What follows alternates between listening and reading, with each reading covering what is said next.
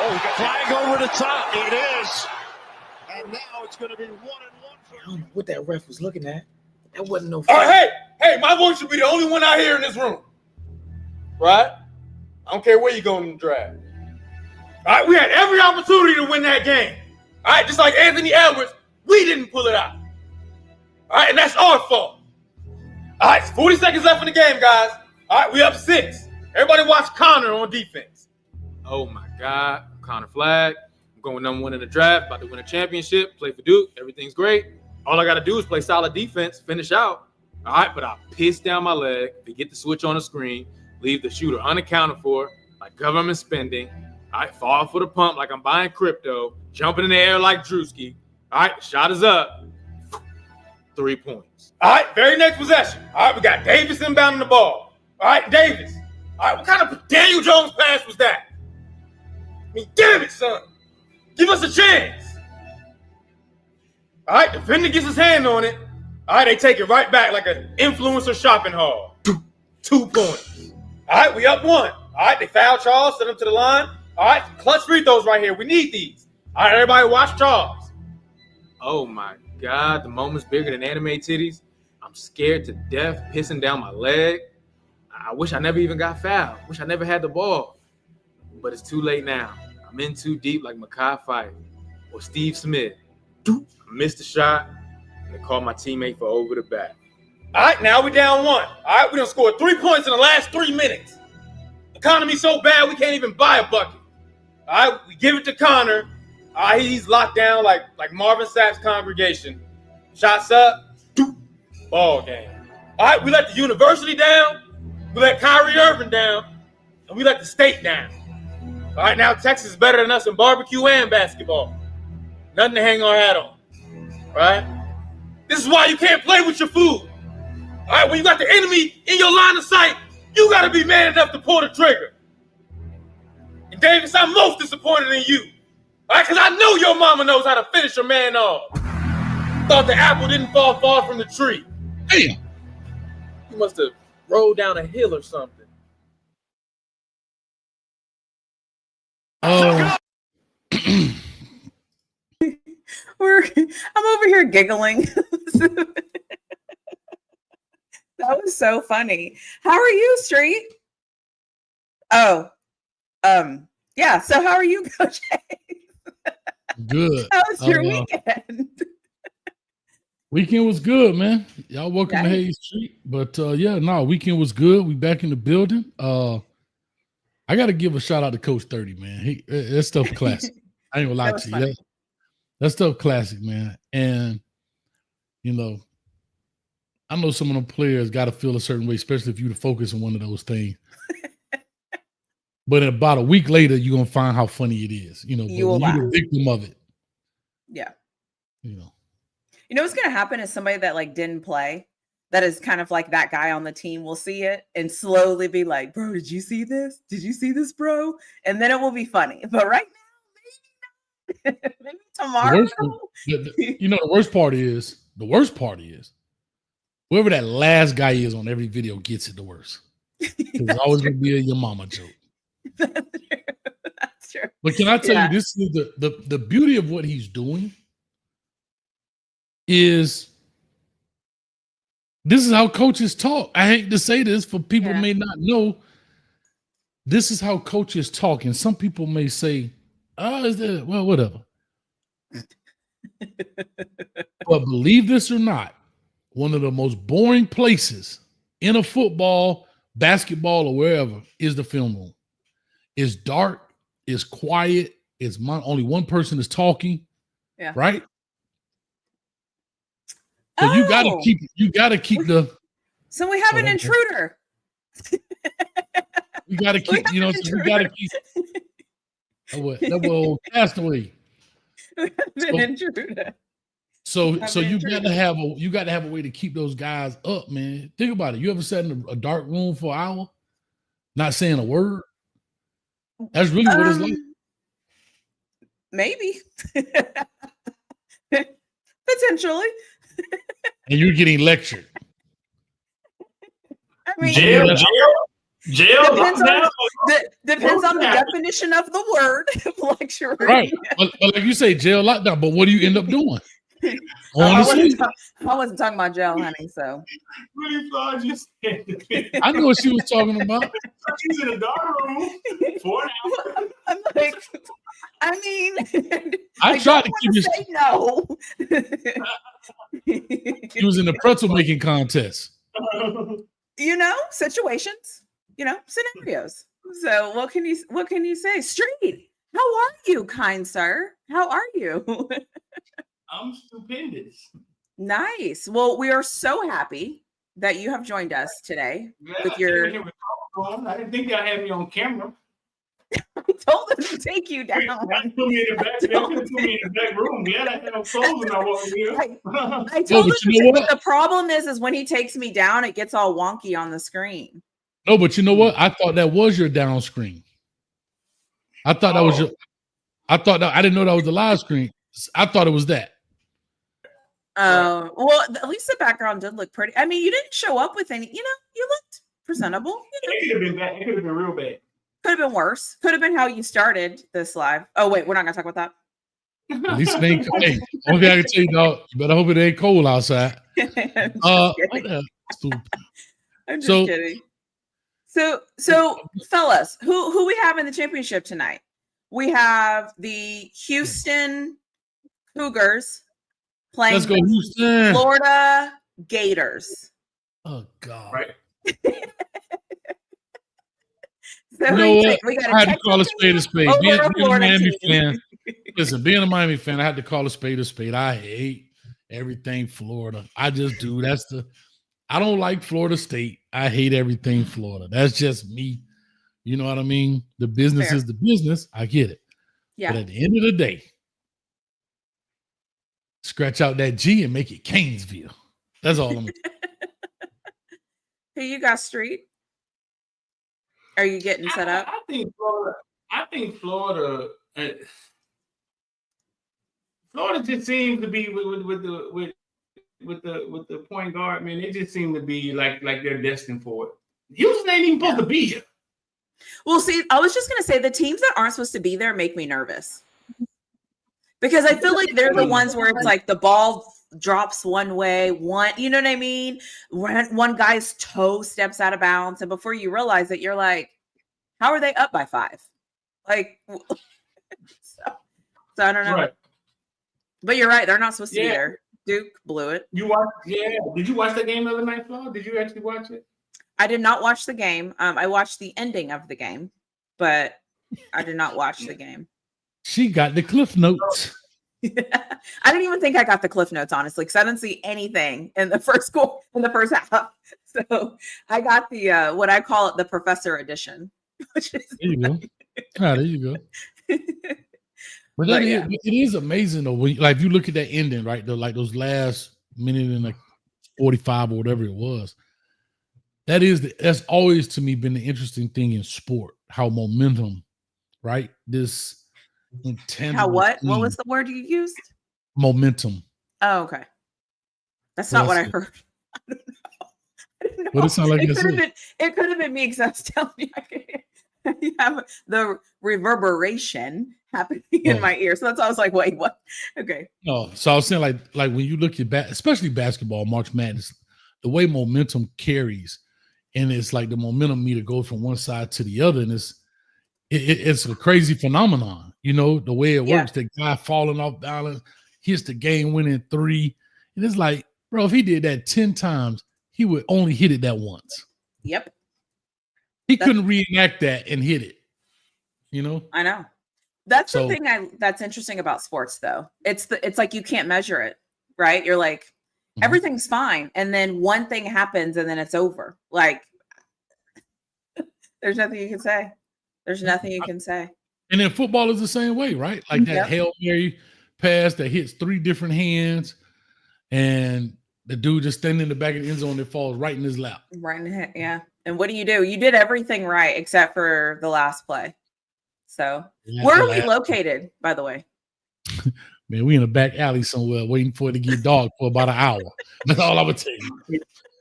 What state are we in? What state are we in? Thanks, Street.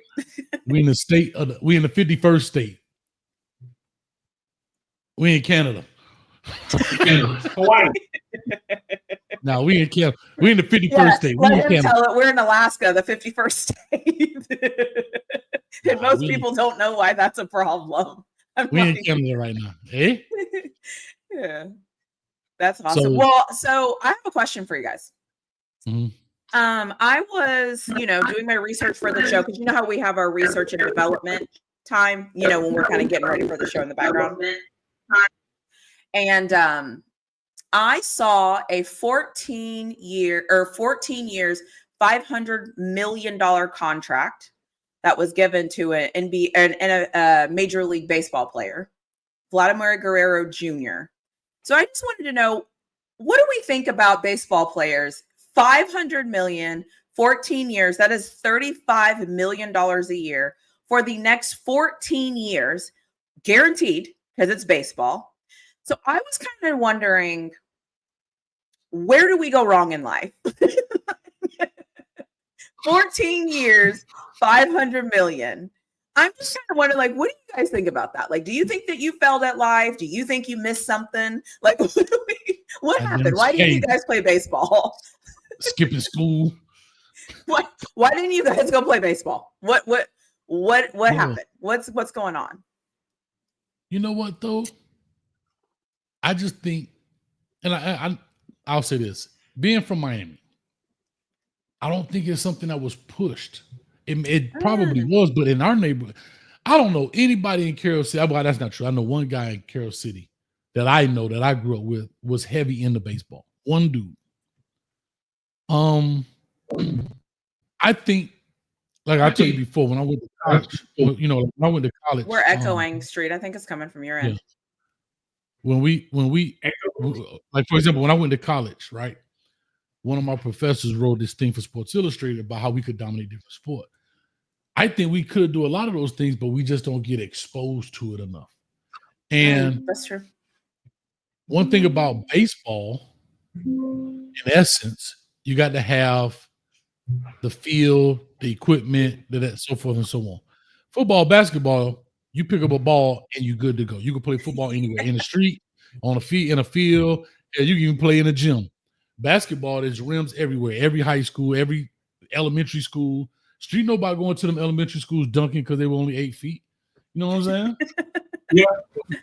Well, what we went wrong is our dad wasn't a goddamn pro baseball player like Vladimir Guerrero's dad, who's from Canada. But that's a start. I mean, your dad being in the league is a start. You know what I'm saying? Yeah.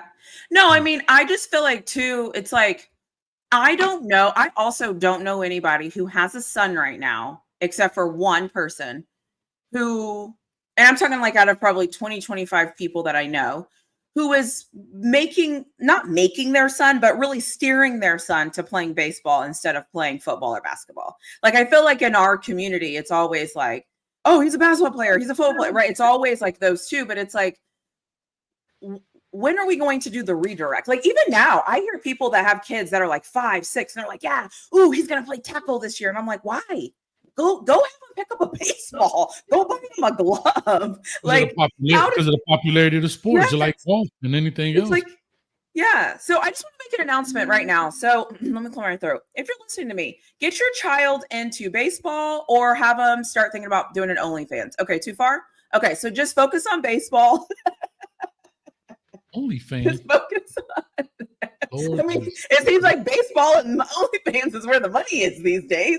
I mean, they're making more money than the NFL and pro basketball. So why not? What do we do? Or play soccer. Go play soccer. Even soccer. Soccer is huge. Soccer.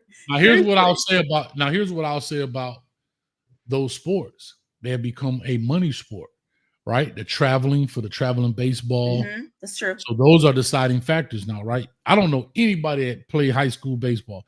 And you would think, especially being in Miami, you're talking about the Caribbean. You would think baseball and soccer would be more dominant than football. That's or true. Just as dominant, because you have all of the islands who play soccer, from Jamaica to Haiti to Cuba, Puerto Rico, all these different places that grow up playing soccer.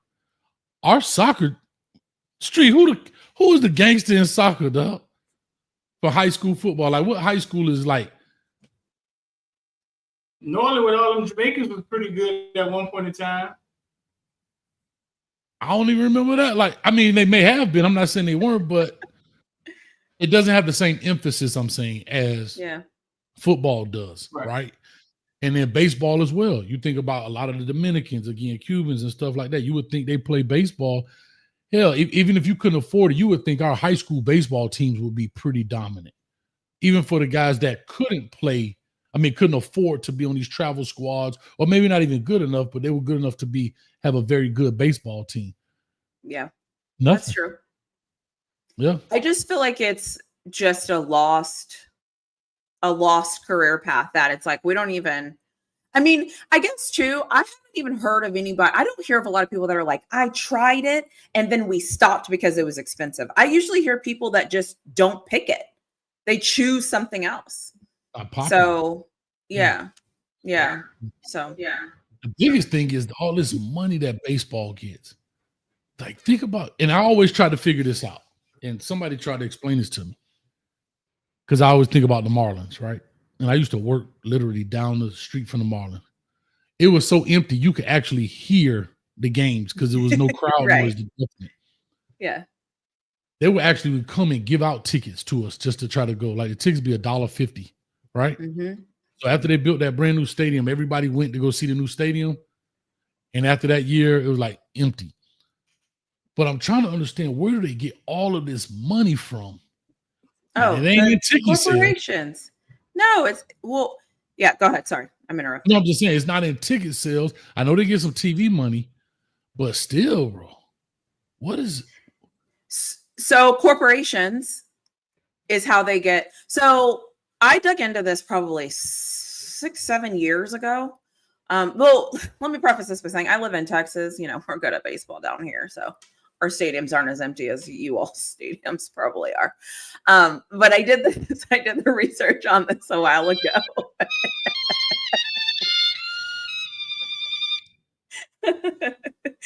We win championships down here. So I don't know what y'all got going on. But one of the things it said was like corporations spend a ton of money on suites and tickets, and like they get chunks of tickets. So like 50 tickets, hundreds of tickets, and they use them for like clients and just different places. And so a lot of times, a lot of their money comes from corporations and sponsors. So like, and then, like inside the stadium, right? Like against the railroad track, you can have like a Pepsi logo, this logo, and then on the scoreboard. So they're making all of their money on their like random things that none of us are thinking about. But that stuff is expensive of how they promote in baseball. And then there's 162 games. So really, if let's say a good team comes into your town every time, at least 12 times a year, those 12 games are going to sell out. See, and yeah. Go ahead. Are they tax free? Are they tax free? Major League Baseball? Yeah. Are they like nonprofit like football? I don't know. Let's see. Because if they are. Yeah. Well, Hayes, think about it. It's a how many games they play? 162. Yeah, they play a lot of games. Think about how much content that is. Just look at it that way. Think about how much content and commercials that is. Think about it. When last time you seen a commercial? No, it ain't for you, because everything now is so you only get what you like. So it's for the baseball people. So baseball doesn't come down my timeline, but I bet you it comes down a baseball guy's timeline, right? Yeah. Yeah, it's not like we're not forced to watch anything anymore. Everything is given to us like, hey, like football. Football comes down this timeline. So, but think about it. Teddy Bridgewater was really good in baseball. Really good. Probably better baseball player than football player, right? Yeah. You just don't want to play the sport because the sport isn't cool. It takes a dad, a dad to put his kid there, kind of like Tiger Woods in golf. And his dad puts him in golf. His dad walks him through the process. The kids don't want to do it because it's not cool. It's not fun. Nobody's watching. Can't get your girls. until you get $500 million and $32.6 million a year. At one time. I love baseball. Like I think I know a lot of people say it's boring and all the things, but I feel like it is a real football or baseball is one of those sports that, like, if you want to understand business, baseball makes no sense to you because you're like, I don't see the people. How is this working? And then you look on the back end and you're like, oh, this is how businesses make money. Sponsorships, TV rights. And I think baseball too does the revenue sharing, like everybody. So even if you're in a little market, you know, you still get a part of that revenue sharing. So I don't know. I just saw that come across my thing. I'm like, 14 years, 500 million. That's $35 million a year. All right. Damn. Wow. So what's funny is when I came to when I got to the high school up here, Olympia, they had a young man named Nick Gordon. I think that was Flash Gordon's son. He was just coming out. He was huge. He was, you know, big time. He had gotten drafted, you know, straight out of high school or whatever. I didn't follow. I just looked it up right now. He plays with the Minnesota Twins, but or he did, I guess, or still is, whatever. But oh no, he's with the Marlins right now. Just went to the Miami Marlins in 2024. So, but anyway, with all that being said, I think about it, and I think about these contracts. You hear these like astronomical numbers when it comes to their contracts. And to your point, like you say, revenue sharing, I know that maybe, you know, the Yankees probably have a way different revenue stream than the Marlins do, right? Yeah. Just because of who they are, and so forth, and maybe the Dodgers or whatever the case may be.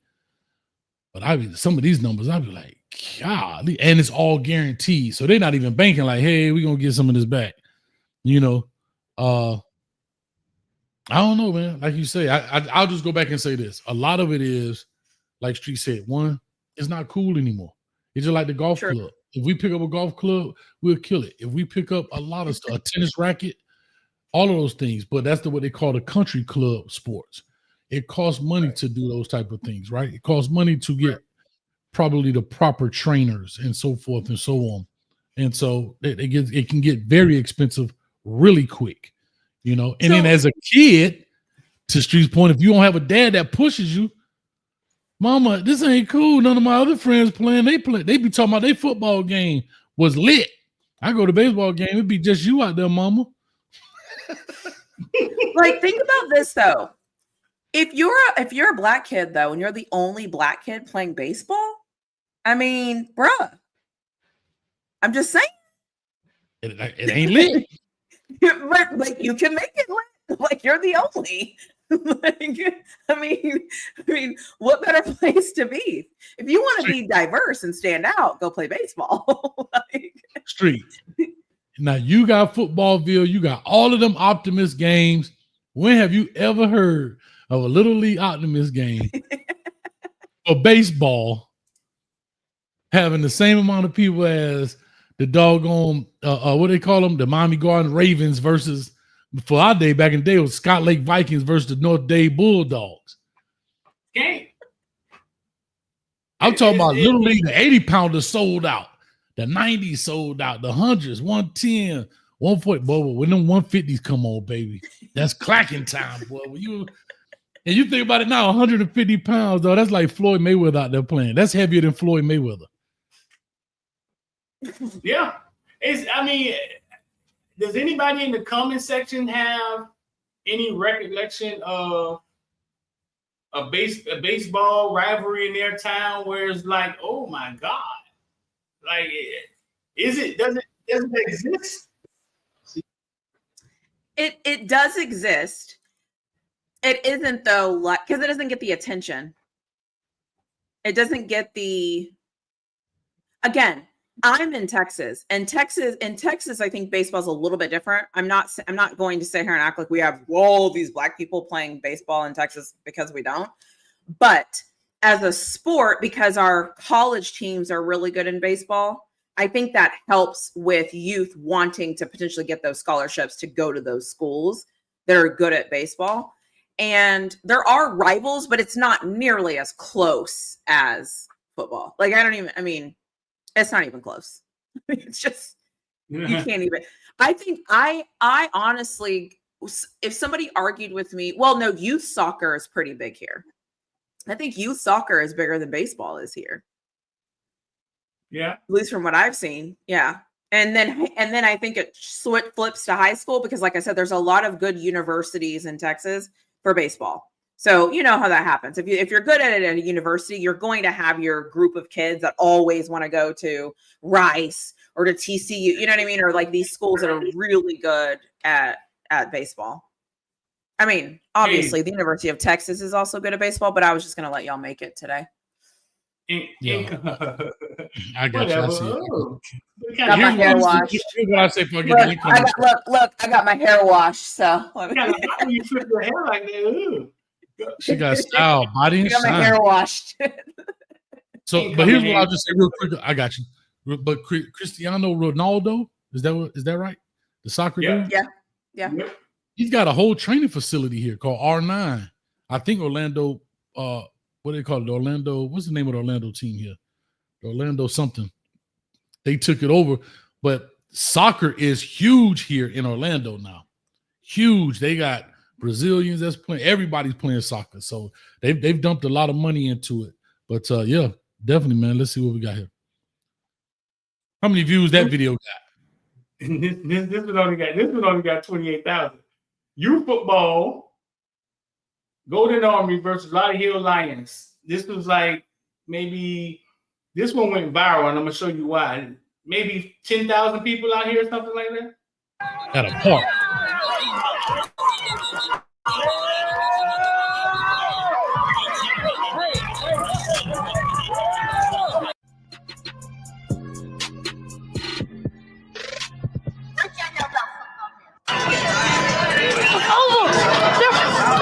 Say something else. 24K Golden Girls, that's right. Man, you versus everybody. My Lord.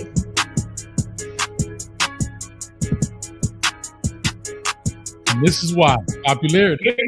Nick Lanier, Miami Northwestern wide receiver. Nick Lanier, 4-star. Now this is him as a little kid. And hey, this is royalty-free music, so you can let her. I'm gonna show you. I'm gonna skip through it, but I'm gonna show you how many people at this park. Wow, look at all those tents. Oh, it gets crazy. Watch this. There ain't no bleachers. There's no bleachers.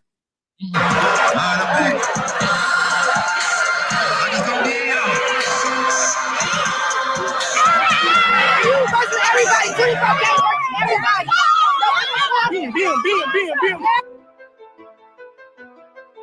You talking about 6-year-olds, dog. I think maybe they were 9-year-olds here. Okay, so.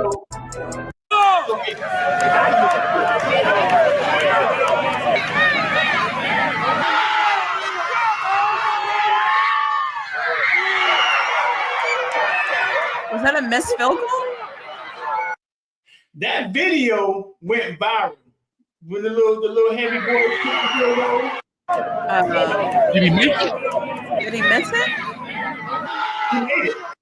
He made it. He's like the defensive lineman. He's really he's like the defensive lineman. He's a huge kid, and it went viral. He made it.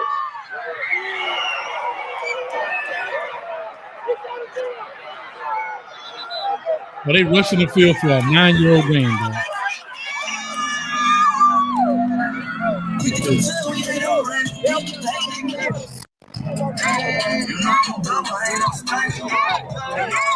That's who made the field goal right there. He made But I told y'all, y'all ain't gonna know. But I won't get it. Quarterback, baby. Put it up. Put it up. Put it up.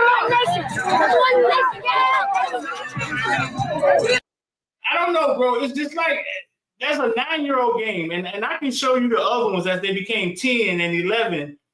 How it became. Hey, they packed out Pace High School.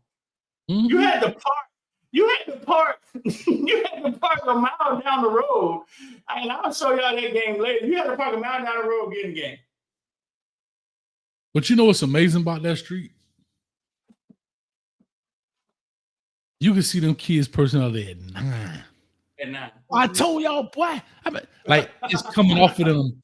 It's just a way of life. You know, it's no different than anybody's niche, their way of life. Whether you grew up in the rodeo cowboying and whatever that is, or if you did whatever. And that's why kids don't play, but it's amazing. I still say it's amazing that even our Caribbean and Hispanic cultures don't get more into the baseball and soccer in high school or little leagues. I'm not saying they have that kind of turnout, but I mean, imagine the amount of kids that you can put out just from, like, Miami should be the mecca when it comes to everything but hockey and maybe basketball. I still should have some basketball players, but I'm talking about the mecca of recruiting when it comes to those three teams. I think yeah.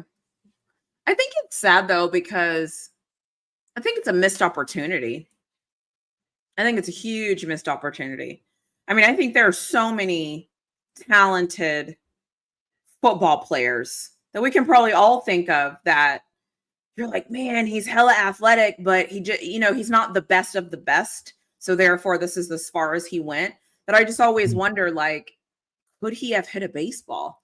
Like, obviously at 21, it's kind of hard to like transition and start trying to hit a baseball, but it's like, I don't know, but you don't really know. And I don't know.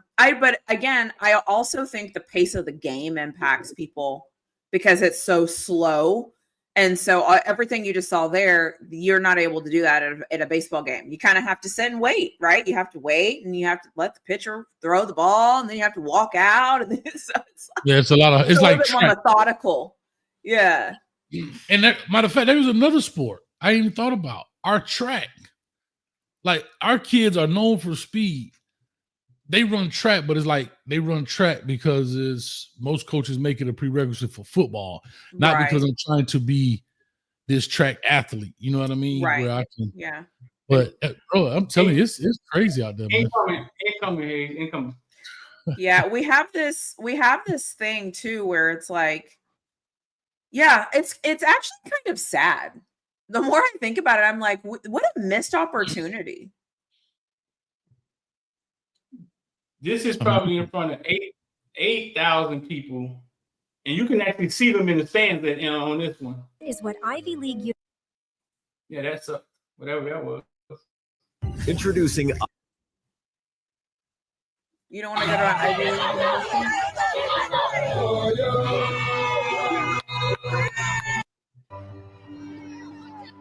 We ain't ducking nobody.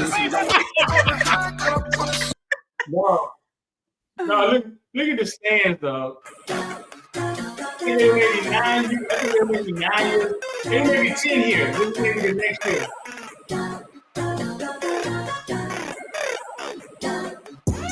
Hey, this was the first time I left this game, and I'll let y'all watch how it ended. Saying to myself, these are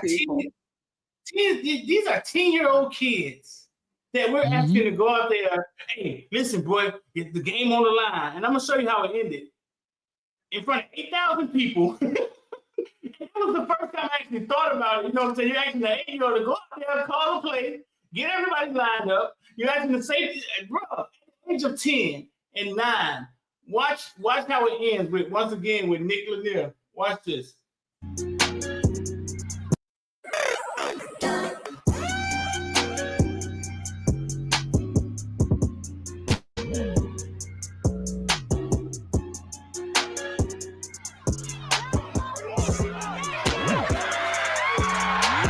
Oh no!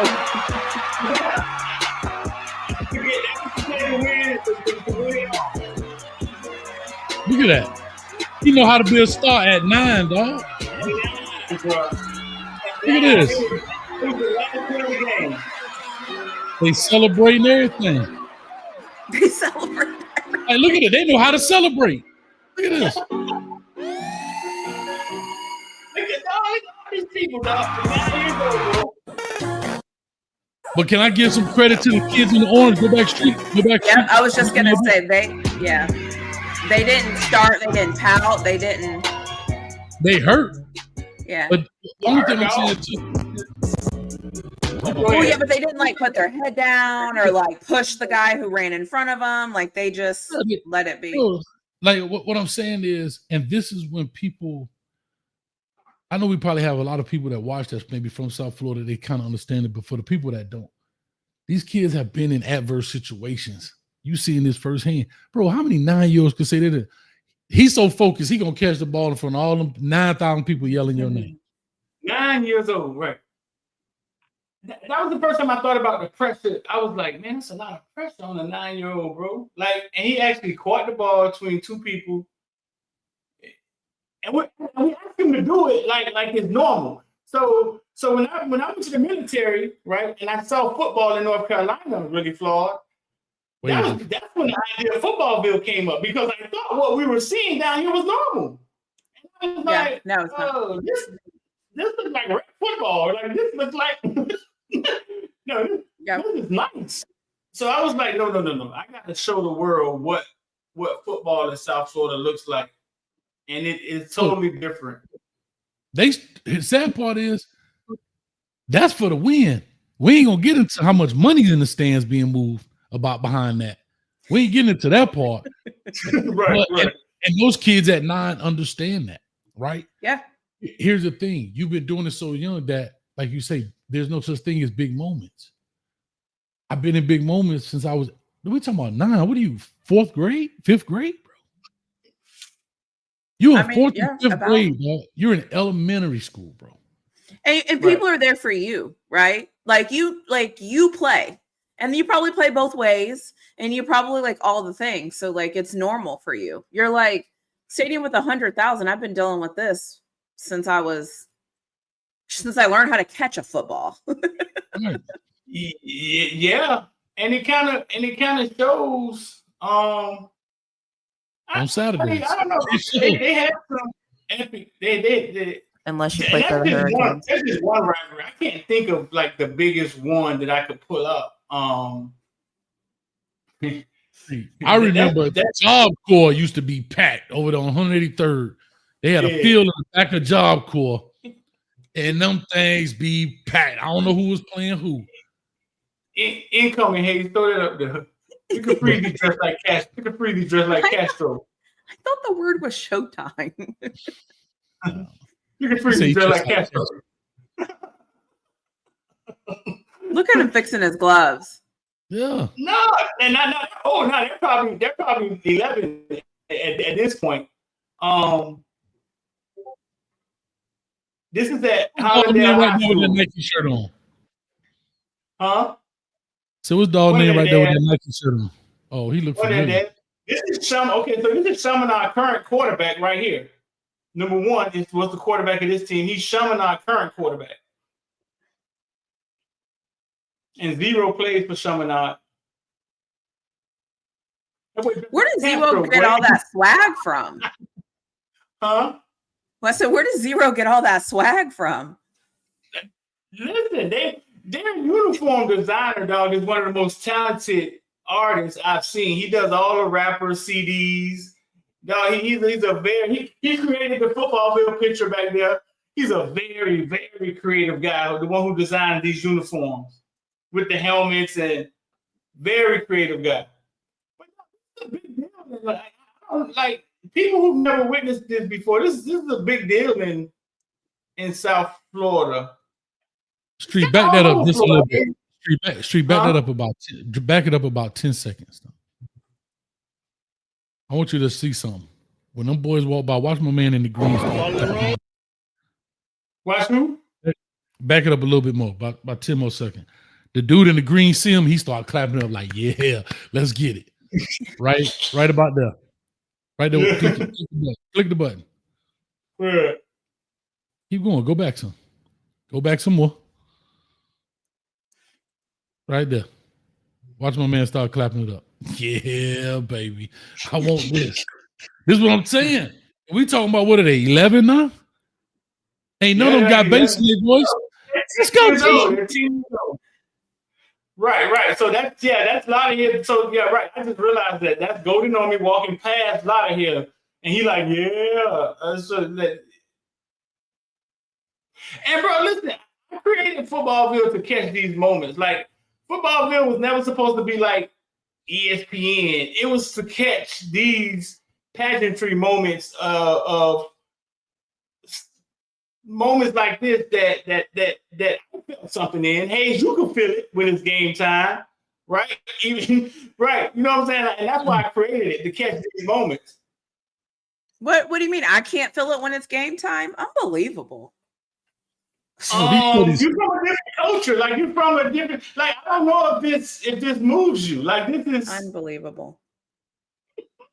Nah, it's different, bro. And this go way back to, like you say, Scott Lake, North Dade, right? Remember the boys club, right? They had them, right. You know, used to play all the different teams or whatever. I finally saw somebody that looked like a kid. His glasses were way too big on his face. That glass is way too big. I loved it. Think about this. They throwing the ball at this age, dog. Back in that day, it was student body left, student body right. Years old, no, he's throwing the ball. Yeah, for sure. You can go. Oh, that boy's. Hold up, boy. That boy looking like Aaron Hall out there, boy. Pause that right quick, boy. Who that is? I don't even recognize this dude. Happy mamas. What happened to your face, dog? That thing. That was right after I got the surgery. Dog. I was skinny as hell, dog. Is that like I always say? Oh, I was skinny once. I was thin, dog. That's so funny. My dog, boy. Yeah. Hey. I ain't even recognize you, boy. I didn't know who that was out there, boy. Nah, bro. I mean, one day I'm gonna sit down and we can go through those rosters and the kids. Like, I created it for now. Nick Lanier is a 4-star, being recruited by everybody. Mm-hmm. I love that. We've been designing and swagging out our uniforms since before me and you see this in 2000 where everybody had color.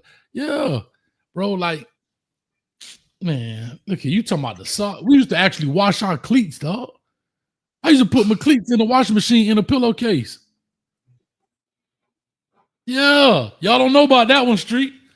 Put your cleats in the washing machine in a pillowcase. So it don't tear them up. Come on, man. I just think it's interesting. So it's funny because like we have it in Texas, but I don't know.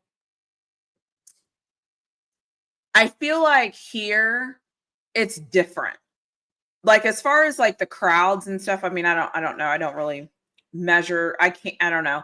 But like as far as like uniforms and jerseys and like the kids just acting like whatever. But I always say I think the kids are a little bit more spoiled here. Of course. Because it's just different. You know what I mean? Like overall, I think it's just different. I think it's different in size. When I say size, I mean like the size of programs. Like I'm sure they do. There's the politics of it, right? Where like some kid's gonna go here and and who's gonna come watch you play. But I always say Texas football is ran by the Texas Coaches Association, and they know everything that's going on, even if it's freaking little league, teams. Yeah. So I told you, I the whole time I was in Miami, I ain't know nothing about no booster club. I heard of them. We had one. There was a couple parents, they try to feed the kid.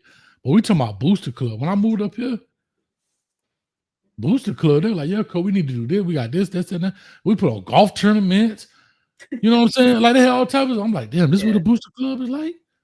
Yeah. And that is the difference, because I talked to a coach from Texas and he was talking about that.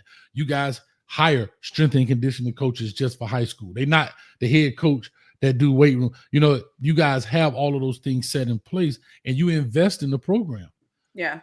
And I guess the flip side to it is coaches that recruit them, they always used to say, what you see in a Texas kid coming out of high school is what you're going to get out of a Texas kid, because he's kind of maximized himself, right, for the most part. What you see out of his 12th grade film is kind of really who he is.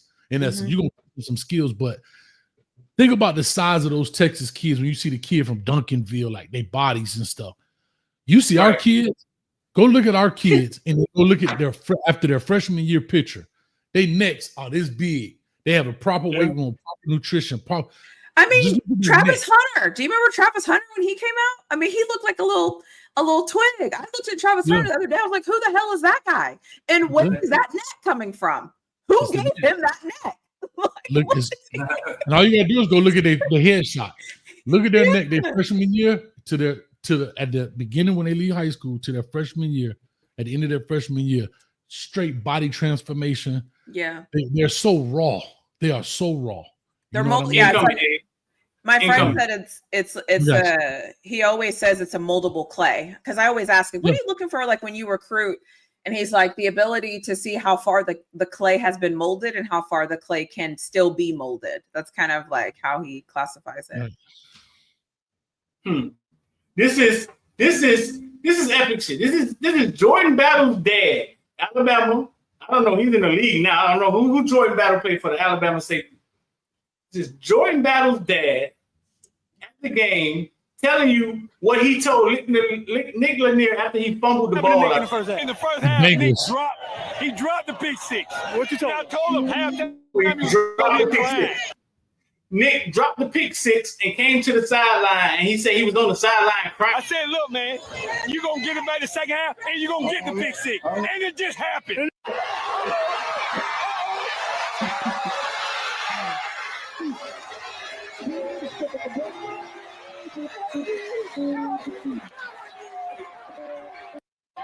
Coaches be more fired up than the kids. They do.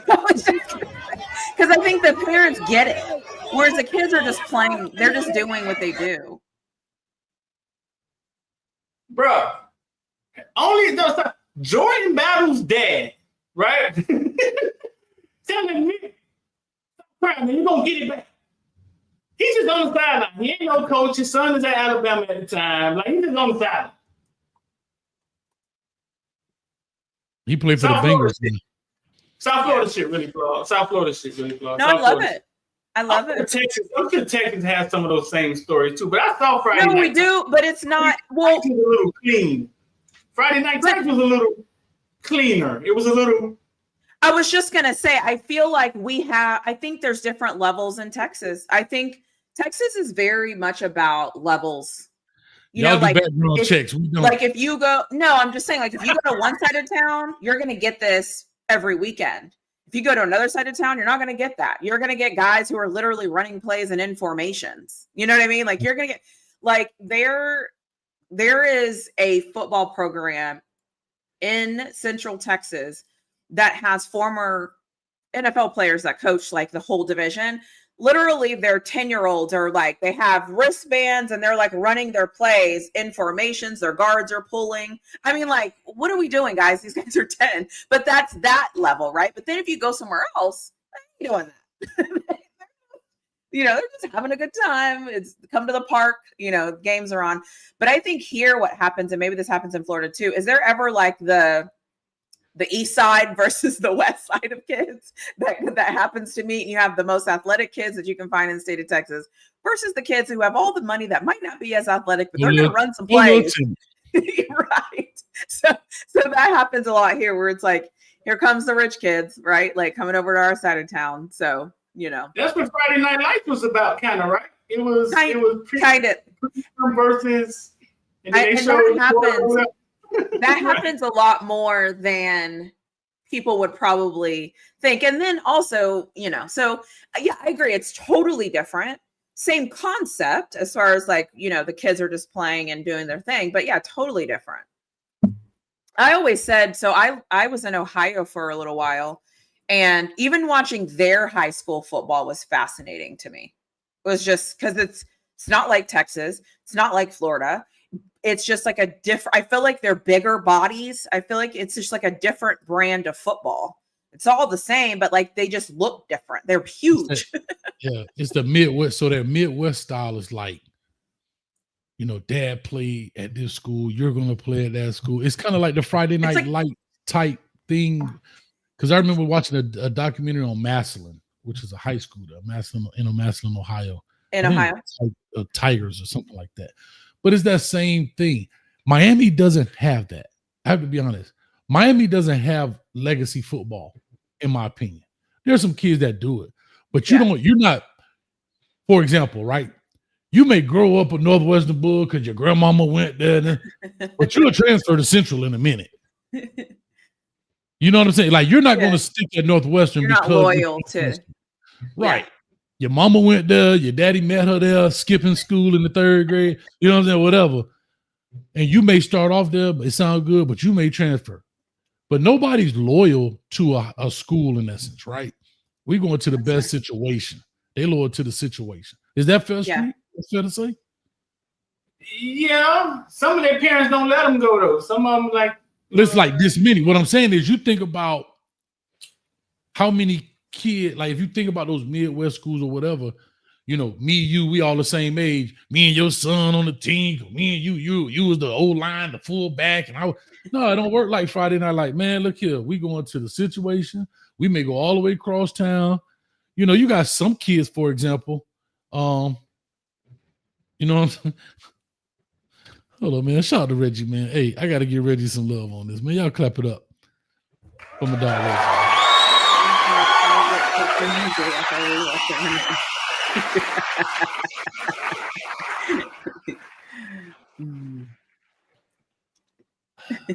Now go ahead and read it because he's not lying.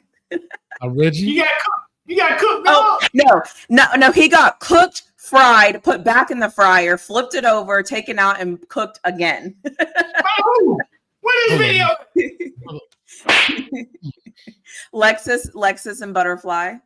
Shout out to Reggie for the hundo, man. Reggie, thank you, man. You always been a big supporter, for real, for real. Appreciate that, man. 5-year anniversary was Friday night. 5 years, Street. 5 years. This year 5, man. April 4th. Reggie for the hundo. Appreciate it. Says, damn, coach, how you get cooked on your day off. I rewatched the Midnight Madness, which is called Night Shift. How you let Lexus and Butterfly pull a little Timmy. Your player card is revoked. Congrats on the 5 years, but still, it's all about ugly ass Georgia. You're right, Eugene. Ugly ass Georgia. Nah, but shout out to you, Reggie, man. Much love on that, man. I appreciate it. Man, you know what? The ladies came in. You know, I normally don't do panels, but I opened up the link. We just have fun. And I be damn, boy, Lexus came in there and Butterfly came in there. I just got overran, dog. That's fair. And I couldn't fight back because she kept saying, Coach, you need to learn how to take a knee. Like, they was busting me about, for real, Georgia versus Miami, because they, you know, Carson Beck came to my, and I ain't have nothing to fight back with, but we got 5 championships and y'all don't. Street knows he got cooked too. Remember when he took his glasses off and crossed his arms? Put your glasses back on. You can cook me anytime, Flaw. Uh-oh, you about to get banned from ESPN? Turn the oven on. Turn the stove up. Turn the heat on in here. Cook me anytime. Nah, they roasted me pretty good, dog. They gave your boy the blues a little bit. But by hour 4, I fought back. By hour 4, I was fighting back. Just know that. By hour 4, I was fighting back. I didn't expect to have to fight for my fight for my life. You know what's bad when you're getting cooked, though? When you are laughing hysterically because the things they say are actually really funny. Street, I couldn't fight. Street, there was nothing. I could not fight anything they were saying. This was told me. Yeah, Friday night. Lexus told me. She said, Coach, I don't care what you do. Next time if I see you, you better have a grass stain on your knee. Damn. Let me see if I can find a piece of it while we up here, since we up here sharing. And then she it was like, what was her Tina Turner example? Oh, yeah. She like Miami. Hey, Miami playing Georgia is like, no, was it Miami in the bowl game? No, Syracuse. Miami playing Syracuse was like Ike and Tina in a limousine. Ike beating on her, and she turned and say, "That's all you got?" And then hit him upside the head with the dog on high heels. Yeah, bro. It was ugly. Hey, you gotta fight back, though. You gotta get you an argument for the Street. He tried. I was trying, bro. He tried. He was trying. But you know what made it even better though was that they were hitting him at 2 different angles. So it was like Alexis had her thing and she was staying on it, and then Butterfly would be like, yeah, kind of like it was like a perfect storm of like, and then like I said, he started laughing, and once you start laughing, you can't, because it actually is funny. It's just, but Coach A said, y'all know what? I ain't got nothing. I ain't got nothing. So, and where is Nope? What a terrible sidekick. Nope, if you're in here, all that trash you talk in the chat, but yet you go on stage with Hayes and you let him get cooked and you say nothing. You put your head down. You got all that hair. He putting his head down and trying to act like he doesn't hear what they're saying. Like, where was he at? All right, I'm going to put this over here, Street. Oh, hold on. Let me take this down. I'm going to put this over here, Street. This part of the show from the other night. Look at Nope. Just listen to these ladies, though. Listen, Coach Hayes is a coach. He used to be a coach. He know 10 times about more sports than we do. He just know I'm a woman that's gonna challenge his behind for real. He know that. I like challenges. He know me and butterfly people, ladies like us. We know. And I want to catch it. I know my girl. I haven't seen it in a while, but I know my girl really flawed is keeping him checked. Yes. I don't know what's happening. I just went to go get some cane juice and I came back and somebody's daughter a wit. That's who we need on here. We need really flawed. Coach Hayes can talk football with the best of them. He don't need nobody else. So I know that. I just like. But wait a minute, isn't she a Texas fan? She's a Texas fan, right? Long fan. See, UConn has beat the boys either. Is Auburn still in it? Yeah, so lost control. Auburn plays. I lost control, Street. Houston. Let's see. The author, you know who. Let's see. This plate. Yeah, you know the sad Got it? Little whopper head. You better not go there. Okay, this is a prime example of what I be talking about. Like when it comes to Miami, I had to be honest. All I can say is we got 5 championships, and then I'm done. Yeah. I don't have nothing else. Dog. And like. Yeah, y'all deep stuck in the past. You got 5 championships, but you run around in Pampers when you got them. It was the same way to what? What year did you graduate from high school? Talk about the championship. You read about it? That's a Street. Did you hear what she just said? Yeah, I heard. Who they team? Who they team? Georgia. She talking about how you know about them championships. You read about them? Street. Good one, that's a good one, Lexus. Yeah, I'm about to be out of high school. Hey, we got our Dirty 30 class reunion this summer. Y'all doing what about your school that you need to learn about the Hurricanes? That's right. Maybe they won them 5 championships. I don't know. He got the Santas. You know, the Santas taking away Black history there, so he probably won't. History Let's talk about the games. Street, they was killing me, dog. That was rough right now. They were just cooking them the whole time. Street, they was talking. Hey, boy, that is a viral clip right there, boy. That is a viral clip. Street, but why are you laughing, Street? Why are you laughing? Why are you laughing? That is funny. I'm gonna be on that. Is funny. No. When she said the sentence, I knew where she was gonna go. And I was like, oh, Street, they was killing me, bro. All night, and it was so funny though too, and it was like they kept coming up with other stuff. It was when she said, "How do you know? Did you read about it?" I was like, "Damn!" Oh my gosh! And then Nope was like, "That's all they got. That's all they got." I'm like, "You're supposed to be defending Hayes." I couldn't fight that. Oh my gosh, that was so funny. Oh, I thought you were gonna play. Well, watch this, Street. Watch this part. Can you hear it? No, we can't hear it. Oh, wow, my face hurt. Hold on, watch this. The Street, it was ugly, dog. It got bad for your boy, Street. Watch this. Let me see. Oh no, he got the Santas. You know, the Santas taking away Black history there, so he probably won't. History Let's talk about the games. I can't fight back, Coach T. I can't. He talking about fight back, Coach. I can't. I'm getting roasted in my kitchen because I got homies up here and they ain't even helping me, dog. Y'all seeing me get jumped. Wow, my face hurt. My face hurt.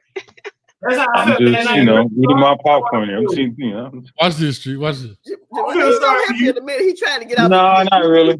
I'm not. Hold on. Look at this geniality jumping in. No, he ain't have on pamper. He had on underoos.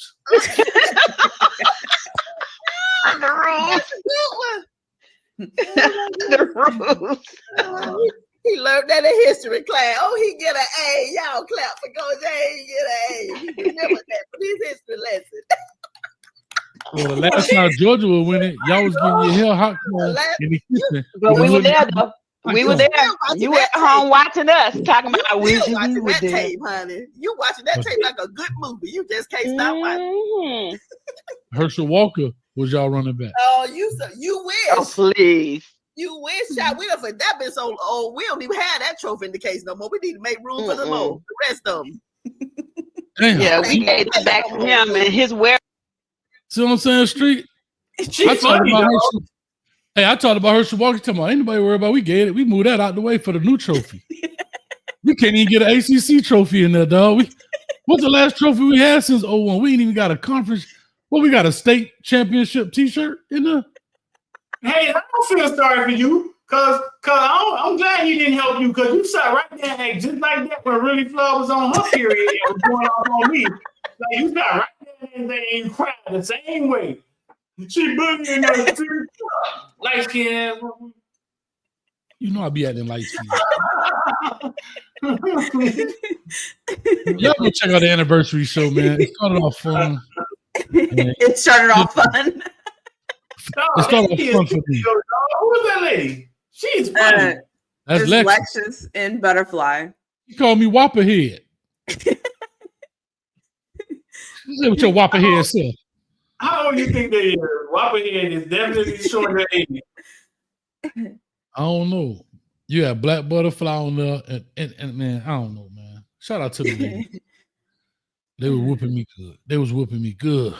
Hey, you know what they say? Never send a man to do a job that a woman can do better. Because you haven't gotten cooked by anybody yet. Leave it to the women to step up to the plate. And you know what the best part of it was when they were saying, and we don't even need any notes. That's true. That's true. Like, we don't even need notes. I know that's right. Oh my God. They was whooping me, dog. They was. They was whooping me, man. But anyways, what are we talking about? Matter of fact, real quick. Street. Oh, go ahead. I was saying real quick before we go. I know we probably talking about Duke and Florida. They probably get ready to tip this thing off. No. Who y'all got winning? I got Houston Cougars. I said Duke, but Florida and Houston. I'm going to Houston Cougars because I don't like nothing in Gainesville. And how ironic is their high school called the Gainesville Hurricanes? Huh? I love that. I love it. But anyway, I'm going for the Houston Cougars because that's what I had on the show the other night. Now, ladies, take that. Cougars.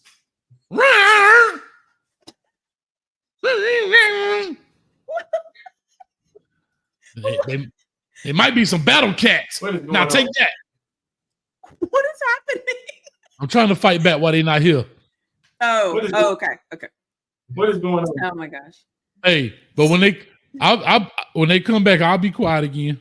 I'm gonna talk, but when they come back, I'm gonna be quiet. They gone. I'm finna talk my trash now, but when they come back, I'll be quiet again. Anyway, man, what y'all want me to know? I just, by the way, I just did my very strategic Google search to figure out what coach I wanted to cheer for. I'm going for Houston. Good job. I like Walter Clayton. I think Walter Clayton deserved it, man. He entertained me this March Madness. I like Walter Clayton, man. He get it done. I think he was like a no-star coming out of high school, like a 2-star or something. The light skin off of Florida. Oh no, we're not cheering for him. We're going for the other guy, the other coach. If they from Florida, I don't care. Up that job. What do I want men to know? If you want me to get dressed up, just say that. If you want your woman to get dressed up, if you want her to look fly, if you need her to, you know what I'm saying? Do something sexy for you, just let her know. Just let her know. Give her a heads up. If it's been a while, if she's having a bad day, you know what I'm saying? Like if you're like, hey, come on, like let's get up, let's go do something. Tell her, let her know. Tell her you want her to get dressed up. Give me more intel on what you're saying.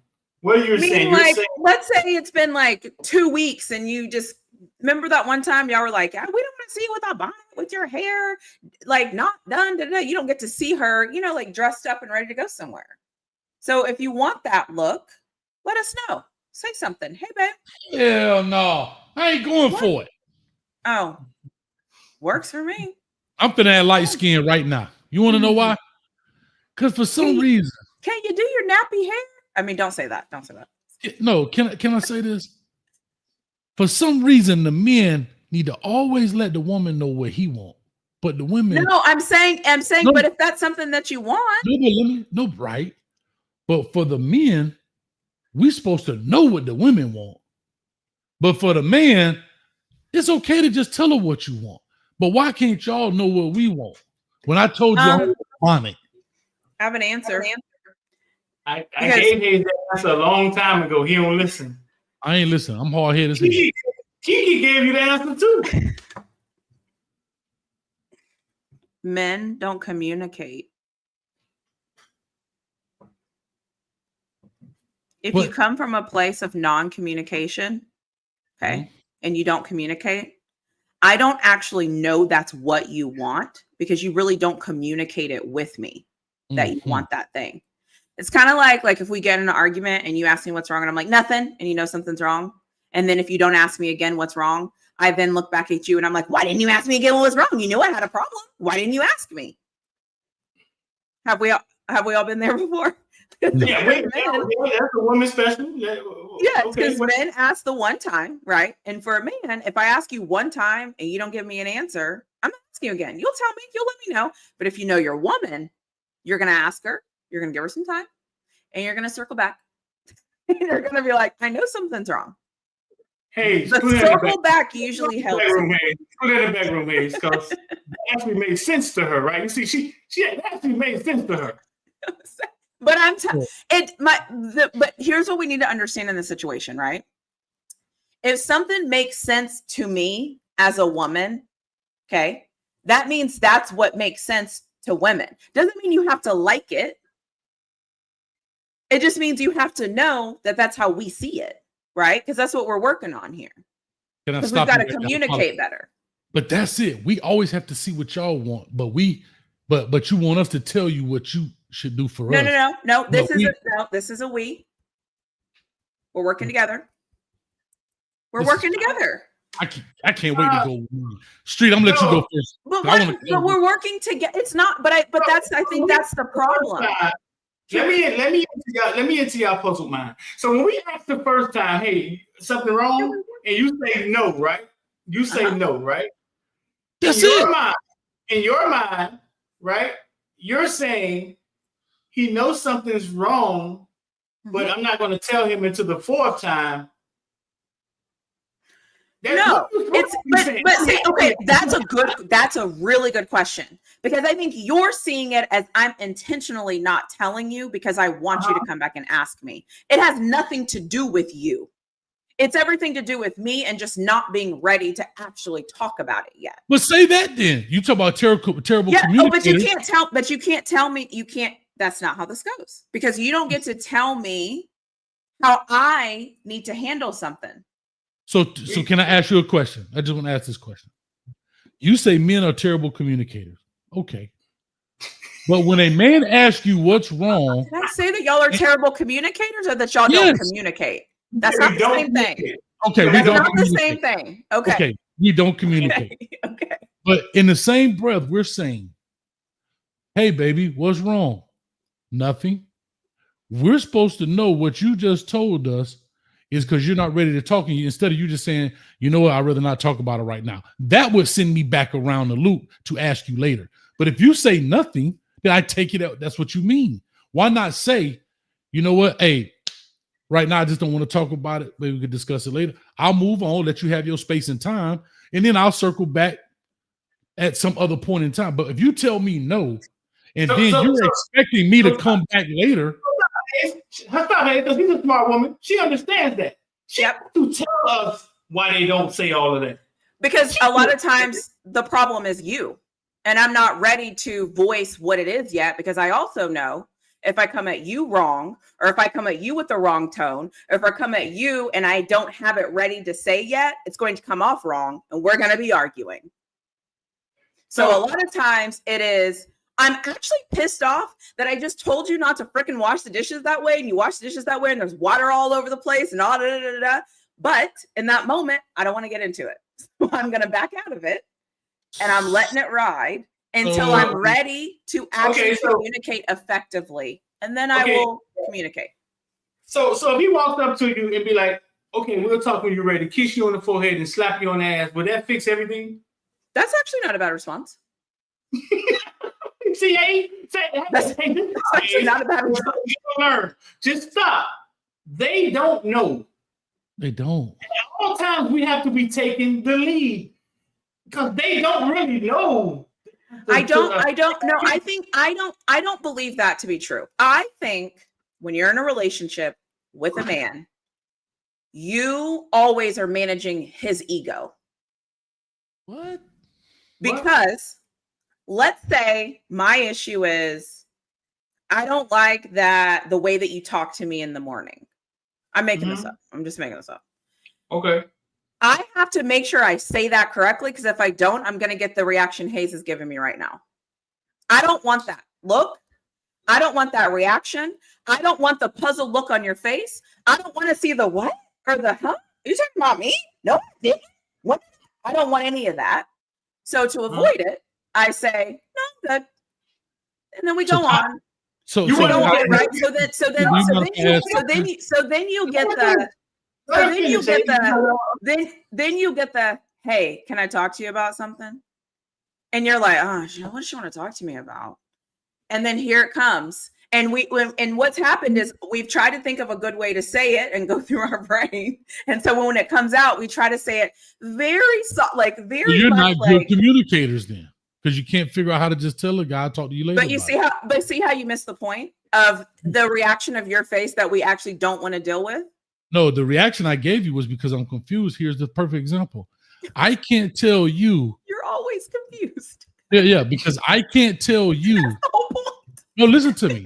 You just told me when I said something, you told me I can't tell you how to respond. But you're mad at me because you gonna tell me how to wash the dishes. No. I've already told you. You know, you're still choosing to do it how you want to do it. Because I'm a grown man that watched the dishes. What is something you usually have an argument about in a relationship? No, go. I want you to go back to y'all managing our egos. You think what you explained was y'all managing our egos? Explain it. I think when a woman is mad at her man, most women, obviously, because I won't speak on behalf of all women, most women figure out how they're going to let them know that. So you're not going to get my first reaction, because my first reaction is going to be how you would react, but I don't get to react that way because I have to be calmer. I have to be prepared, ready to go. I have to have my argument because I'm going to be met with a weird face.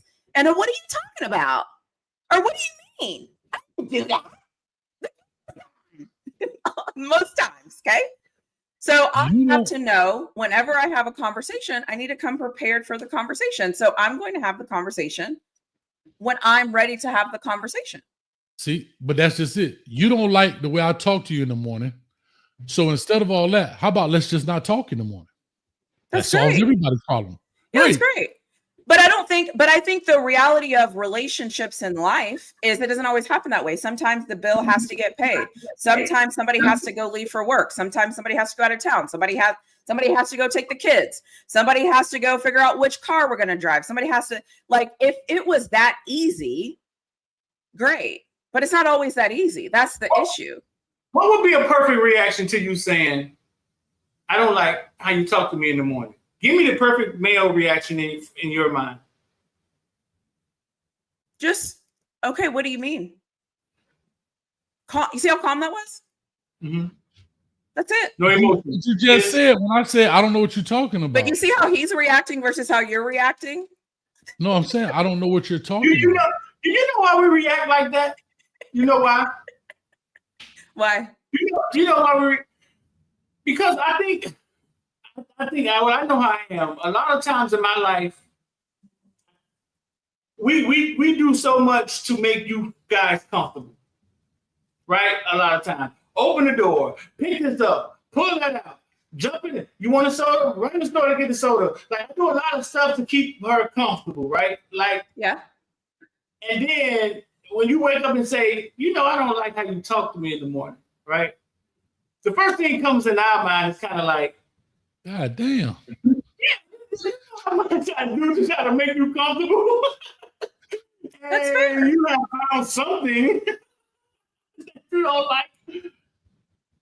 I'm not a morning person. I don't really like talking in the morning. We got to talk about the kid, but I don't want to have a full-fledged conversation when I wake up about something. Right.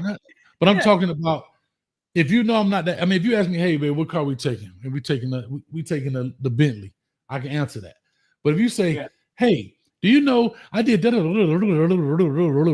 It's like, can I wait for a minute? Right, but let's flip that. Let's say something happened at work and she didn't tell you last night because she wasn't ready to talk to you about it. Come to find out, she might think she's going to get fired from her job. She couldn't talk to you about it last night. Whatever, kids, whatever, couldn't sleep, whatever. So she wakes up, and now before she goes to work, she's like, listen, there's this thing going on, and I didn't know how to tell you last night. So now it's in the morning time. I'm about to go back to this job. I might get fired from this job. Like, this is a terrible situation. I know you don't like talking in the morning, but my point is, she wasn't ready to have that conversation at night. And that's what I'm saying is, like, different situations call for a little bit of different reaction. I'll say that's way different because we're talking about a job situation than gossiping, or you want to talk because you hate your boss.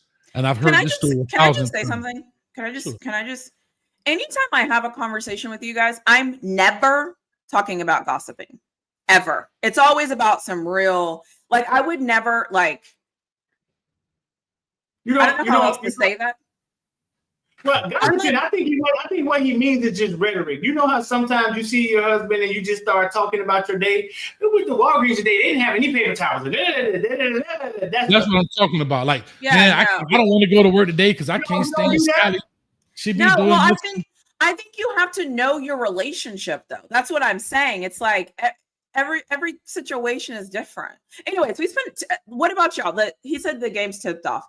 So what about the women? So listen. Now I'll just say on this. Like, I remember a real life scenario. Like, when we go to the store and my baby wants a Coke, I go get it. Okay. Well, I go get it. She sit in the car, feet on the dashboard, fucking being comfortable with it. I go get it. I remember one time I was editing something and we got to the store and I was like, go get it, baby. And she literally looked at me and said, I don't get the sodas. Like, what is he doing? Like, he's trying to be funny. And in that moment, I realized me trying to make her comfortable just became her being, what's the word? When you just expect something and you take it for granted and you know what I'm saying? Like, and I was like, wait a minute. Expect it. She expects you to go get the soda. Put down what you're doing. Put down. You don't get that damn soda. Because I realized that 1,000 times that I went and got that soda, it just turned me into a person that was expecting me to go get the soda. It's like, yo, that's what you do. You go get the soda. What are you talking about? And I felt unappreciated. Like, what the fuck? Did you tell her that you felt unappreciated? Yeah. No, it was all over my face. I looked at her and I said, if you don't get out this car. So wait, you didn't tell? So you didn't tell her? So you didn't communicate that? He did. He said, if you don't get out this car. No, he said his face told her. No, he said, if you don't get out this car. Oh, you did tell her? Yeah, because he took it out and was like, oh, you trying to be stank? Like, this is one time out of 1,000 times I would got a soda in the last 50 years. I'm saying, you get the soda, you like, no, my feet on the motherfucking dashboard. Don't go get the sodas in this moment. And it's not like you didn't have something in your hand doing something. It's not like you were sitting in the chair like, you going to go, I'm going to go. You was in the midst of handling some business. I was taken back. Like, so me trying to be a gentleman, right? Even though this is something small, right? Me trying to be a gentleman, make life easy on you. This is how you take it. It became like, what you do? You the soda getter. So street. Did you use your words? Did you tell her I don't feel appreciated? Sister been entitlement. No, I said it. I didn't. I know. I got pissed off and I told her, if you don't get your ass out this car. And then, like 5 minutes ago, you said that. Isn't that what I said about communication? But it's fine. It's fine. But she should have read the room. See now. Oh wait, why does she have to do everything? Why couldn't she just tell her? That's my, because she could literally see him doing. It doesn't work, but it does. That's not how it works, though. We have to communicate. That's not how it works. No, but I told her, listen, when I do that stuff, I do it to make you comfortable, not for you to become entitled. Like I'm pretty know he was the butler. Like, that's what you look at me like this. Girl, that nigga go get my soda every time. Watch this. I want a soda. I'm like, what? You want cherry coke this time? Well, hopefully, if she knows that bothers you now, she won't do it again. Just people, man. You learn people and how we act, and it's like, whoa, nothing is never what you. Because we have to communicate. Right. And we have to learn that we all communicate differently. The way I communicate with Hayes is, but the way that I communicated with Hayes is not going to be the way I communicate with you. She want me to say, hey, you want a soda, baby?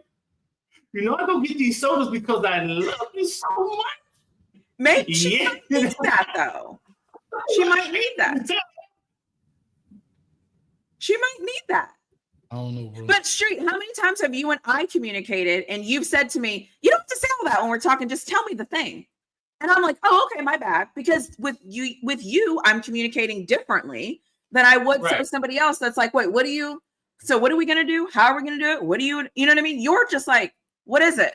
Tell me the thing so that I know, And even the way I would communicate with you was not the same way that I would communicate with Hayes at all.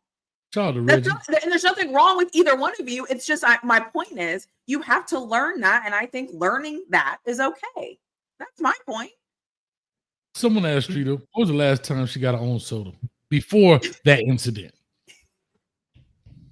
Shit, 2016, man. Bro, even can't. No, bro, listen, dog. That really hit you, didn't it? But I'm gonna tell you what bothered you, Street. If it's been that long, what bothered you was, I think she didn't take into account that you were handling some business, and she should have jumped into action, right? It's not like you pulled up to the gas station and you was sitting there like, or you was on the phone talking to me, yeah, Hayes, yeah, dog. You could have popped out and did that. You were working on something of importance. It probably was time sensitive. And she like, yeah, nah, dog, go get, like, you going to get a soda or what? I respect that. And then she kind of flip it against me. Like she used it against me like in later arguments. Like when I talk about effort stuff. Like, hey, man, the effort stuff that we do, like when people stop doing effort stuff for you, when your girl can't rub your feet, she can't rub your back, just go ahead and pack your bags, dog. It's over. That's free stuff. That's how I look at it, bro. Sex is like free. It's effort. If you can't, so this should throw it back in my face and be like, you get my soda was effort stuff. You didn't do it that day. See that right there? Now, can I tell you, be honest? Well, let me ask this question before I answer that. How many times has she gotten the soda since when y'all pull up? It's something I do, dog. Like I make There's everybody. nothing wrong with that. There's nothing wrong with it. That's why he's so pissed about it. You're right. I would She not took it for granted. But see, right there, when you throw it back in my face, you gonna go get that soda every goddamn time. I promise you. Because the one time, stuff. I'm gonna go pack my bags. And guess what? Don't let the doorknob hit you with a good soda split you. Come on. What's your case? By the way, Street, that's like your third time telling us about that soda. So I don't know what y'all. I that shit's fucking nerve. Yes. Yes. Yeah. It's fucking nerve.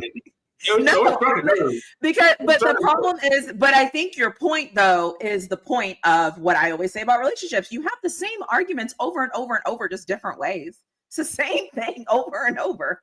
And when I say relationships, I mean all relationships. Your friendships, your parents, like it's all the same thing because we're humans. Here's what I want to do right quick. What you got, Tupac? Oh, sorry. Yeah, here you go. Yeah, I'm gonna show you. I get around. As soon as I said that, the bird came flying across the screen. Trying to tell you. I have visual aid, if y'all don't mind. Oh, I'm so tired of you and your visual aids. I know, because sometimes other people can convey what I would like better than me. I love this part. Every time you play these, our channel gets hit. No, this is gonna be perfect. Street, please pay attention to this carefully. I need your help with this. And action. I learned a lot about women. I think I learned exactly how the fall of man occurred in the Garden of Eden. Adam and Eve were in the Garden of Eden, and Adam said one day, "Wow, Eve, here we are at one with nature, at one with God. We'll never age, we'll never die. And all our dreams come true the instant that we have them." And Eve said, "Yeah, it's just not enough, is it?"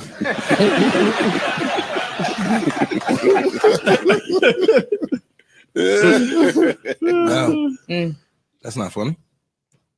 I was just waiting for more. Well, that was kind of his point. Oh, that's kind of what he was saying. I mean, that proves right now. She still didn't get it. You have everything. Street. You do the one time that you got to edit something on time sensitivity. I need more. And dog, when I say this was the most perfect thing for this segment, it's never enough. You won't age. Not enough. You know who that girl is? Melissa Ford. She drive a Honda Accord. Yeah. Oh, but that's the. What do you have to say about that, really, Flo? You were mighty quiet. I think it's fun. I think that this is going to get me in hot water, but I'm going to say it because I'm courageous. I think that, yeah, a lot of women do want more because what they're getting is not enough.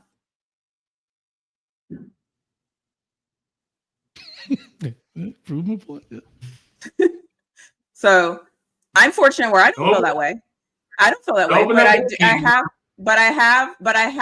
I mean, I think that there is a misconception that people and to be fair, it's not just men. I think that people are in relationships aren't doing enough for each other. I think it's ruining relationships. I think our expectation of what we want out of each other, because we can't communicate it, it's diminishing everything because we cannot talk about what we want on both ends. Men don't talk about what they really want and women don't talk about what they really want. So we can't get on the same page because we're not communicating about it. I mean, I know people in relationships right now that I know for a fact one of the partners aren't happy, but the other partner thinks the partner's very happy. And I'm like, all right. But they're not communicating about it. Why? Well, no, there's only one that needs to communicate there. It's the one that's not happy. Because if I think everything is good, what am I communicating? Right. Well, but what I'm saying is if you're in a relationship and you're married to somebody, both of you are supposed to, it's supposed to be both of you thing. Both of you are supposed to go. So if I have a problem and I'm communicating to you, your actions are supposed to react to me not feeling the way that I'm feeling and vice versa, right? It's like a tennis match. So I'm not feeling a way, you're not feeling a way. Like we're supposed to be communicating about But why that's I'm what not feeling she's away. saying, right? But if I Based on tell that, you, but if I tell you and you don't do anything, where's your part of your communication back to me? So the person that's not happy Is communicating they're not happy. they have communicated that to that person. Yeah. And that other person still thinks everything's great. Everything, yeah. They don't understand what the issue is. So, I mean, they'll figure it out so soon enough. We need to just start telling people. So, Kia, I want to have threesomes on Tuesdays and Thursdays with a Spanish girl named Elisa or Maria, no heavier than 150 pounds. As long as they bring me sodas. Yeah. I'm telling the truth. Hey, threesome. Tuesdays, Thursdays, sometimes Sundays. With a Spanish girl named Elisa. Community. Does that needs to happen in relationship? I mean, if that's what you want, if you're willing to stand on that, stand on it. I mean, good luck. Maybe listen, I hear you. I get it. I don't. Men are from Mars, women are from Venus. They are. But yeah, I always say too, with the second I learned the hard way, I had to learn this out of myself, is the second you start blaming somebody else, is the second you're losing. Like the second you start keeping a receipt of everything that's not going right and everything that's not this and everything that's not that, like you've lost. And so it's like the second that we can't work together, you know what I mean? Because now I'm keeping my list right. And I'm like, well, on Tuesday, on Wednesday, and then in the morning, and I have this like running tab, then it's like, we're screwed. Because now I can always add something to my running tab. I believe what Jen's saying right here wholeheartedly. I really do. And yeah, I think your own. I think what, but I think I agree with that. You're supposed to be happy, but if you're in a relationship, we also have to be doing things that work together. We can't be working on two opposite sides of the spectrum. That can't work. Will Smith I can't go spend all the money because it makes me happy. And then you don't have any money because it makes me happy and I'm happy. That we got to work together. And that's why I'm like, can I say this? I'm sorry, I know I'm the odd guy here. That's why I believe in my account, your account, our account. You can spend everything you want in your account, but when that bitch hits zero, then I guess you're going to be unhappy. Yeah. No, I think that's fine too. But how do we pay the mortgage? We both live here. No, it's your account, my account, our account. We're going to put ours together. But if I have enough money, I brought this up before one time. If I have enough money in my account and I want a new car, I'm going to go buy a new car. I shouldn't have to confer with you about buying a new car if I'm paying for it out of my money, not our money, not the house, the mortgage, the kids' savings account. I mean, college. This is my money. Well, you want to go buy red bottoms and Birkin bags and all, go do your thing. But when your account runs zero, don't dip into our account and damn sure don't ask me for mine. I think that's fair. Right. But I'm just saying. I think that's fair. People, but a lot of people believe like, well, if you make big purchases, you should convert. Not if it's my account. No, big purchases. I think there should be a set dollar amount. Yeah. What you think, Street? I think what I think it was. Bro, listen. What does undecided attention mean? I'm not saying that you don't have to say that what you're going to do, but what I mean is, I don't think if you have the funds to do it, I don't believe that I need your approval. I don't. If that makes better sense. Like you could be like, "Hey, kid, I'm finna go get a new car tomorrow, man. What color you think your boy should get?" I think. What is undecided attention? The question is, are you trying to achieve something together or aren't you?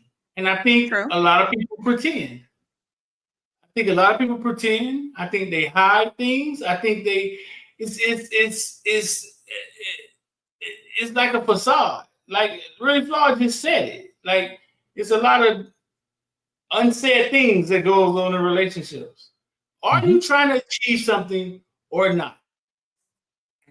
That's the question. And a lot of times you just work backwards in a relationship. You're working against each other. Like, they say you're treading water. I ain't going 50-50 with no man. We're not roommates. But when you get divorced, you won't go for half. It's 50-50. And as men, it's almost like we don't verbalize that. Like we can't say that. It's like you don't have on the back end.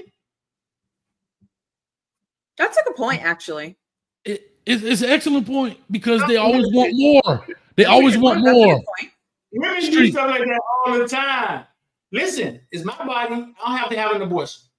It's my body. You can't tell me what to do. 9 months later, Your Honor, I made this baby by myself. You know, me and my girls group chat all the time. Me and my girls group chat always say, like, if somebody gets pregnant, and if a man decided, I don't want a child, but then the woman still has the child, should the man be responsible for child support when he told you he wasn't interested? So, anyways, it's like literally, I feel like we've been talking about the same thing for 6 years. Like we just always talk about it. We just talk about it like in different ways, but that's kind of like our thing. Because I agree with you. It's like I told you I didn't want this thing. You know what I'm saying? But like, if we go through with this, then what happens on the back end? It's having some. I don't know if men. How often would men do that, Hayes? How often would you look at your girlfriend and be like, "All right, I got it," right? And y'all break up, and you told her, "I got it," right? What you mean? I got it? I got what? I take care of the Sammy. I got it. And then y'all break up, right? Mm-hmm. And then 6 months later, you at the courthouse talk about, I made this baby by myself, Your Honor. Like, but can I tell you this? There are a lot of men that I know that are the sole breadwinner and are the primary parent and have never done that. They are proud to be the father to that child, and they're not complaining about doing it by themselves. They're actually happy about doing it by themselves. I bet you most child support cases are out of spite and not out of need. Agreed. I agree with that. Because here's the thing, Street. What men know is I'd rather take my kid and not complain about the financial help than complain about the financial help and never see my kid, and the roles reversed. I'd rather shut up and dribble than complain. Because if I say something, the courts could award her custody, and then I'm on child support, and she's gonna complain about visitation. And so I'd rather have my shorties in that case. So again, the man hands get tied. But I'd say I know some guys that take care of their kid. I ain't never met the baby mama. Yeah, it's so funny that, anyways, I feel like me and my girls group, we have like 7 questions that always kind of circulate us because certain people of us try to argue different sides of it, but that's one of them. That's the only appropriate one that I can say online. What is it, Flaw? Is it principles? Is it lack of pride that you say, I'm not having, you can't make me have an abortion? You should so situation. No. So it came up, like I said, this has been happening for like 6 years at this point. So it came up because of a situation when my friends got into, and we were on his, we were like, girl, you're tripping. Like, you're asking for too much, whatever. Like, there's so many things to this story. There's so many nuances. And there's so many nuances that it's somebody else's business publicly that I could never say because it's not my place to say.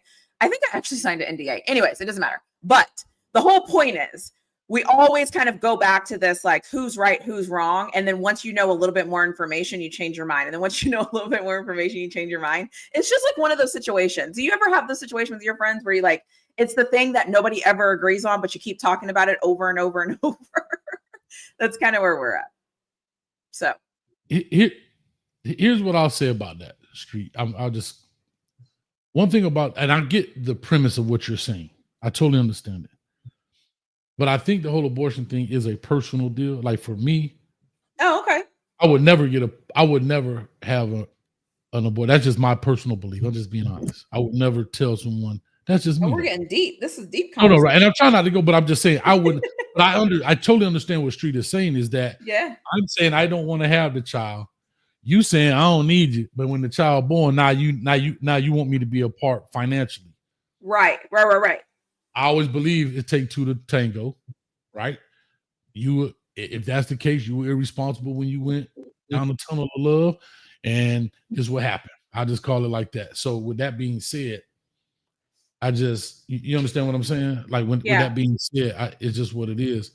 I always fall in the era of like, if you don't tell me, like you can't tell somebody else what to do and then not let them tell you what to do. You know what I'm saying? Like I feel like we always try to make the rules fit for us and we're not thinking about like the whole situation. So, and now, at this point, my child is 5. I'm sorry, real quick. Reggie, email it to me. It won't let me copy and paste this link. So Reggie says for $5, coach, play this clip. Well, we might get demonetized, but hey, for the $5, we've done it for less. Email it to me, Reggie. Email it to me because I can't. It won't let me copy and paste the link. So that's a question we always ask, and then we always say, if money was obsolete, would the world's problems be solved? No, because then it'll be work ethic. You owe me more hours at this doing this for me. There's always some form of currency. We just call it money, whether it's time, effort, in like in relationships, right? Yeah. In relationship currency is time. Yeah. Relationship currency is time. And so, that's just what it is. So no, money doesn't solve it, but that's what we use right now to get back at and to hurt people. Right? But you'll never hear me say it's power. It's a power source. You know what, Your Honor? I don't want his money. I want him to come here and sit for 8 hours and look at me. No, because that don't hurt him. You know what I'm saying? I want to hurt his pocket. Real quick, Reggie, for the $5. We finna play this clip, Lord. Why don't you watch it before we play? I did. Oh, okay. The other day that's been playing over and over in my head. A young man asked the older gentleman, "What's the one thing that you wish more women understood about how men operate?" He sat there for a second, and then he said, "There's 10,000 more things going on inside a man's head than you'd ever imagine." He said, "He's carrying burdens you don't see. He's trying to figure out how to solve problems, how to make sure everyone is okay. And most of the time, he doesn't know how to express it. He's afraid that if he says something, he'll be shot down or made to feel weak."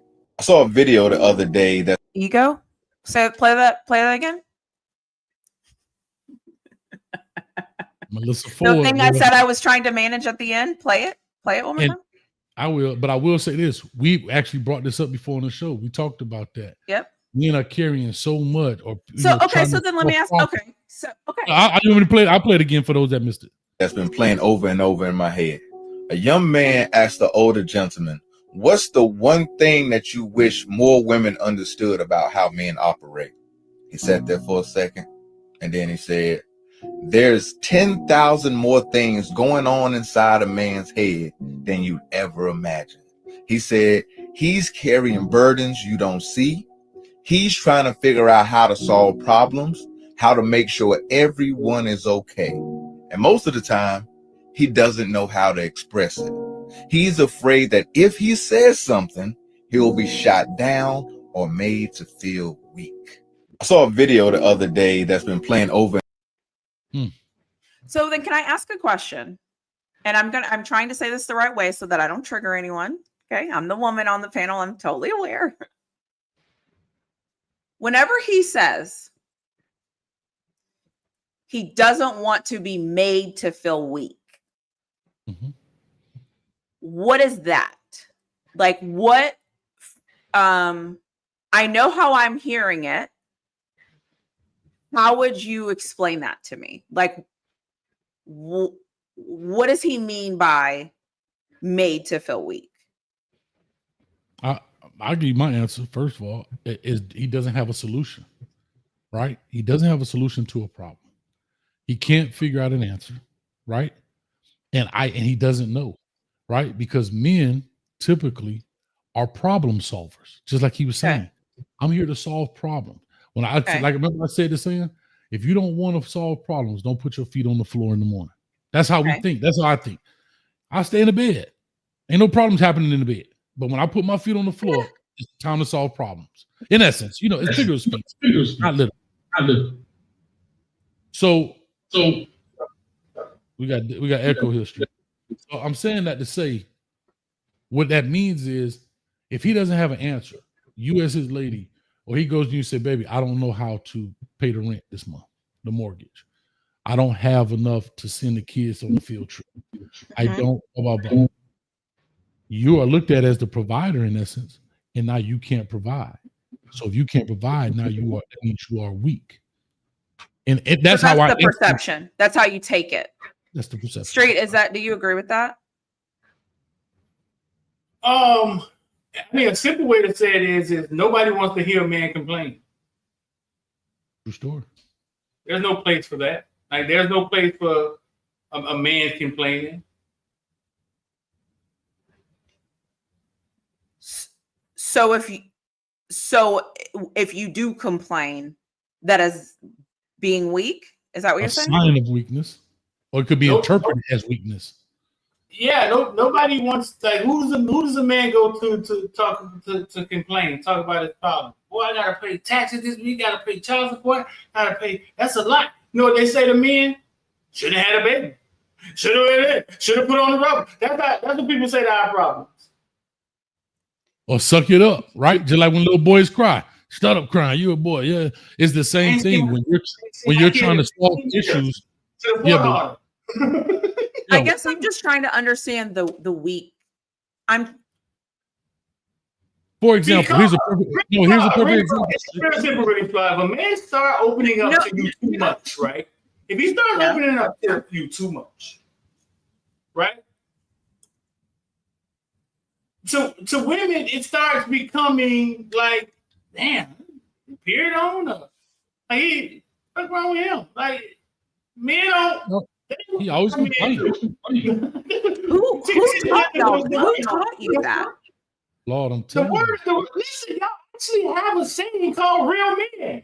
Real men do this. Real men do that. There's all the time. Like, what do you mean a real man? Like, we don't come around talking women fake women. You could not bear kids, and we wouldn't say that's a fake woman. She can't even bear a kid. But it's society. It's kind of society. Like, what does a real man do? A real man don't cry. A real man don't go half. A real man don't. And you get caught up in these things. I'm starting to. You know what? But y'all have to listen, Claude. All you can do is listen, because we're telling this story. No. Right? I'm listening. It's not that I'm not listening. I hear you. I'm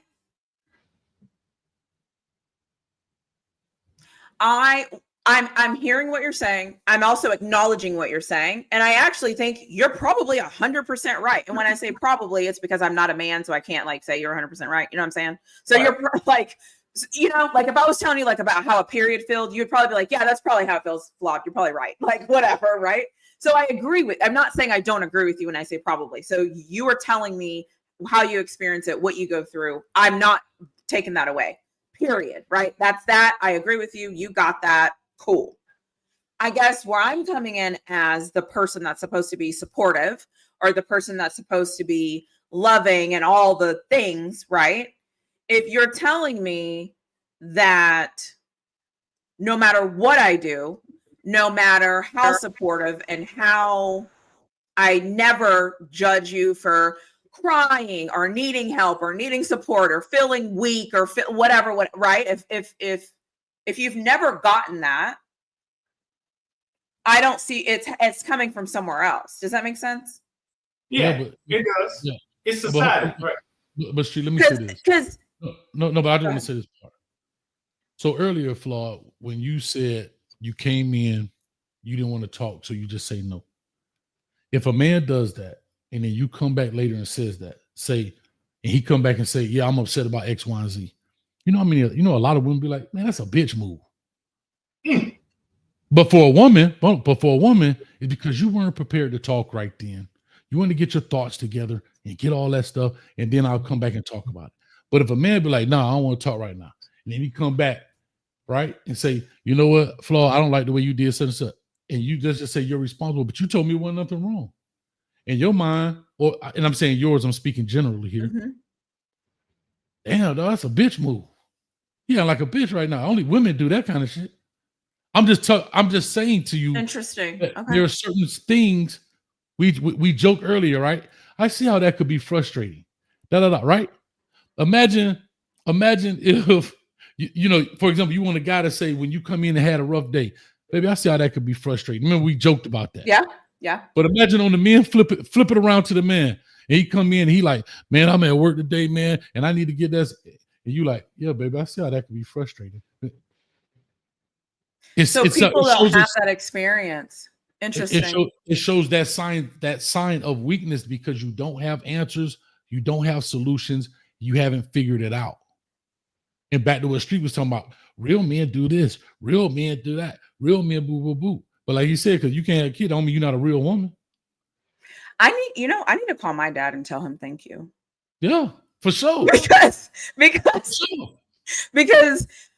I first of all, I don't think I've ever told a man he's acting like a bitch ever. Whenever he's come to me with something, I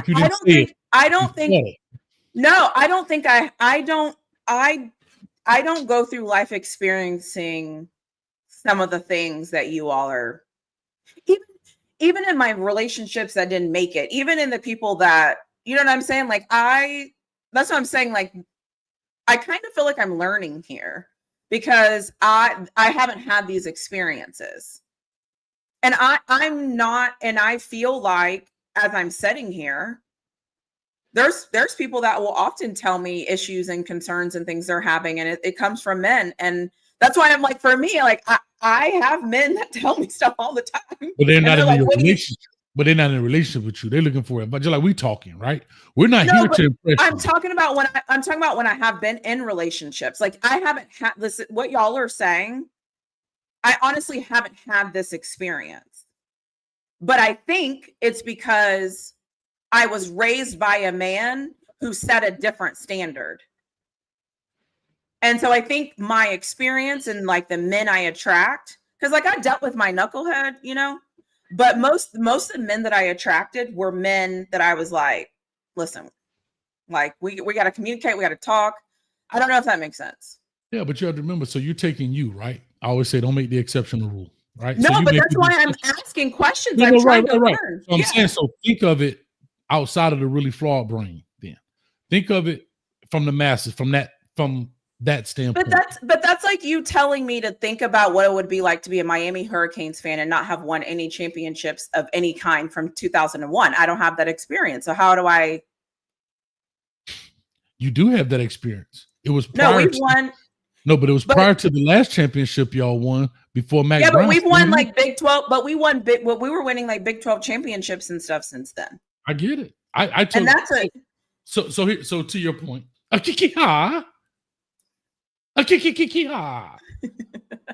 with that being said,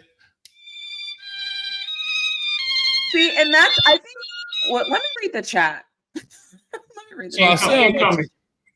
I got you. So I say all that to say, type of women. Yeah, see, what type of women these men be dealing with. See, okay, so it's not just me. No, I don't think it's the women. I think it's men. I think it's us and how we're raised, not to cry, not to and I you know what I'm saying? So I think it's us. This is y'all remember this? This is the Miami-Dade Police. I thought that was Randy Shannon at first, dog, when I glanced at it. Right? This is the chief, Robert Parker. His chief, Robert Parker. Can somebody give us the score update to the football or to the basketball game, please? Anyways, go ahead. Who committed suicide? My girlfriend is Kia Parker. This is her uncle, right? Mm. She just went to see her dad tonight, which is his brother, right? He was the chief of police for Miami forever. Committed suicide, right? When she explains who he was, her dad, who's still alive, are the most unemotional people I've ever met in my life. Right? Like, no emotions. If you call them for help, they got you. She always explained him like, hey, we could call our uncle for anything.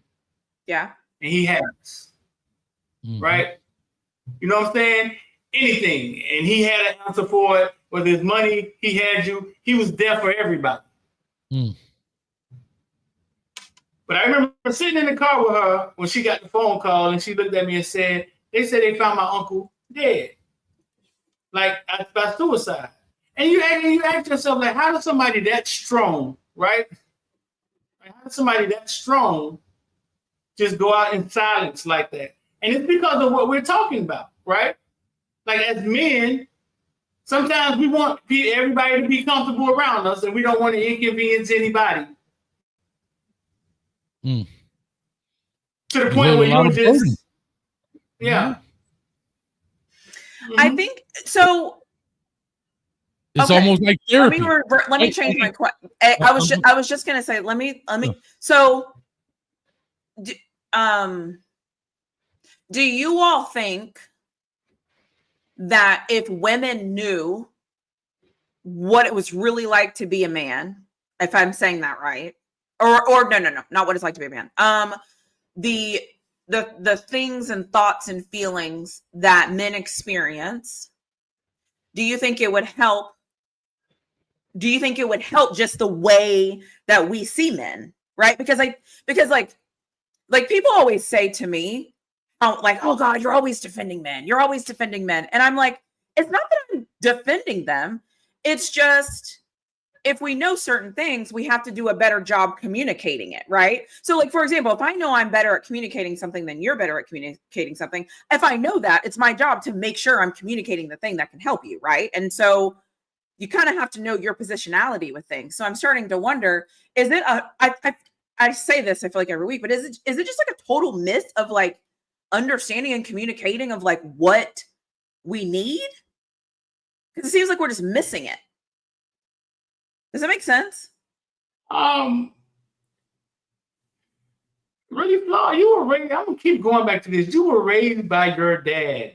That's why but I think I'm a good person to be able to say, okay, I don't have this experience and I understand this in a way, right? Because I have that. So therefore I'm bringing in a different lens of saying, honestly, yes, girl, he might be tripping. Okay. He might be. However, hear me out for a second. You know what I'm saying? Women, see, that's the women part of you don't have. They're not trying to be logical. They're trying to be supportive in one unit. Yeah, girl, you're right. See, the logical side of you is you being raised by your dad, right? Okay. So you kind of have problem solving in you when they're just kind of like, I see what you're saying. Yeah, do it. So it's that little thing right there where I say, hold on a second. Maybe. No. Kick out the slumber party. I see what you're saying. Okay. No, that makes sense. Yeah, anybody else feeling it. It's our feelings. You know what I'm saying? That matters. It's just kind of interesting when you look at it from like, because I feel like I'm looking at it like zoomed out, right? Like I'm kind of zooming out and hearing what you both are saying. And because I haven't experienced it, I'm trying to quantify it, or I'm trying to like make it make sense. And if I were you, I would feel the same. Like I would feel like, what? What do you mean? Like you have an issue that I have an issue? Huh? Interesting. I mean, listen, it's rap music society. I don't know, but there's a demographic of women out here that literally thinks that men are ATMs. Like a man's emotions is far from their thought process. Yeah. Like they literally think that you met me, you said hi, you gonna pay for something today now, right? And don't see themselves as broke or beggars or leeches. They don't see themselves as that. Yeah, that's just like the young lady that was on Shannon Sharp talking about you got to make. Who was it said you got to make at least $5 million just to date her? Yeah, she's an idiot. I forgot who. I don't know who that is, but you know. Pull up what Jen said. Pull up what Jen said. Ruby Rose. Girl, Amber Rose. No, Ruby Rose. The one I agree with what Jen. Yeah, I agree with what Jen is saying, but I think that I don't think everybody's willing to associate themselves. I think you have to first associate yourself with a man or a woman or wherever you fit. And then I think the next step is figuring out what happened culturally, generationally. But if you don't have a stand, like if you don't know where you stand on it or how you feel about it, I think it's hard for you to look at your cultural background. Because I think society tells us more than cultural does, unfortunately. Let's see. Let me real quick. Geniality says it's a problem to measure strength as a lack of emotion. Maybe I missed that. I'm not sure. It's a problem to measure strength as a lack of emotion. Well, when I said that her dad, his brother, emotionless. Like they don't react. I never saw him mad. I never heard him get loud. He's 80 years old and he looks like he's 50. And I'm like, boy, whatever that is, he got it right to me. But I think she's saying that the strength part was the fact that anybody in the family could go to him. That's the strength part. Like it was like they knew they could go. Well, here's the deal too. And then here's the deal too. Right, but here's the deal too. He's the man in the family. Right, and in the streets, right? But here's the deal. Right. Here's the deal with that. The lack of emotion and jumping into action is what is considered strength. Here's a perfect example. We were doing a show, Street. Your house caught fire. Daryl! You didn't say, oh my God, a fire. You jumped up out the chair and ran into action. Right? Like backdraft. That's right. That's fair. Right. She was there. Daryl! You on the show with me live. You don't know what's going on. You don't know if it's a dude broke in the house on fire, it's a snake in there, she fell, broke her leg, but you sprang into action and you are ready to solve a problem that you didn't even occur. And she didn't say, Daryl, the house on fire, bring the fire extinguisher. When she screamed, you came. You didn't know what you were going into. Right. That's the point right there. You didn't, you had no information. I didn't even know. I'm like, all I heard was, Daryl, you jumped out the chair. And you look at her face, and in that moment, it doesn't have to be communicated. The thought is, if somebody has to die tonight, it's me. And that's being a man. And that's what we walk around with. When y'all talking about we can't have none tonight, your head hurt. That's what we walk around. I looked in her face and I was like, if somebody has to die, it's gonna be me. Because she's not equipped for this. Like she just called me and it's probably like, you know what I'm saying? But so here's the thing. Watch this. Let's flip it. Let's say she was on the show, and I'm using Kia because I know she got the heart and the skin for this. Let's say you were in there cooking and she was on the show and you yelled out, Kia! And she come running in and she come back on the show, right? Man, Daryl's in there crying about a little grease fire. Sound like weakness. Yeah, that's some whole shit. But can I ask, what is wrong with the weakness thing? What if you're weak? But that's it. Though. What if you are weak for a day, for an hour, for 3 weeks? That's just it. Because here's another thing, and Flaw, you got to take this in a general statement, meaning, and for anybody else listening, the soda got thrown back in my dog face. So you want to think a weakness will be thrown back in your face? I'm telling you, it's coming. It may not be tomorrow. It may be a week. It may be 6 months from now. But that moment will be used right at a moment of anger and emotion. That's going to conjure itself back up and be thrown back at you as a way to hurt you. And then what? Like, why is that? Right, but why? I don't understand why that's. I don't know. I can't speak for women why men do it too, but I can't. No, I'm saying, but why, if it's thrown back in your face, why is it okay? So then what? Like, I don't understand why that is that the worst thing in the world?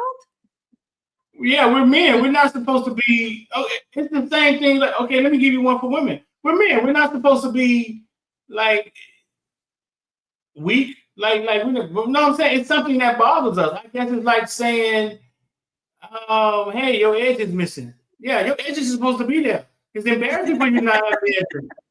Like, sometimes you need to print them, okay, and they're missing. Right. Like it's like one of them things where it's like you're not being able to bear kids. Men, we don't look at it like, oh my God, that's the worst thing in the world. But women look at it like what? No, but think about it. Imagine if you couldn't have. No, but real quick. If you want them, it's a. No, but it's to a your thing. point. No, but to your point. Imagine you couldn't have a kid, and at your moment, he goes and throw that in your face, in an emotional when y'all getting into it, and he throws that in your face. Which it happens. I know. I'm not saying it doesn't, but what I'm saying is right. But I guess my problem is okay. We all agree it happens. I think we're all on the same page there. Of course.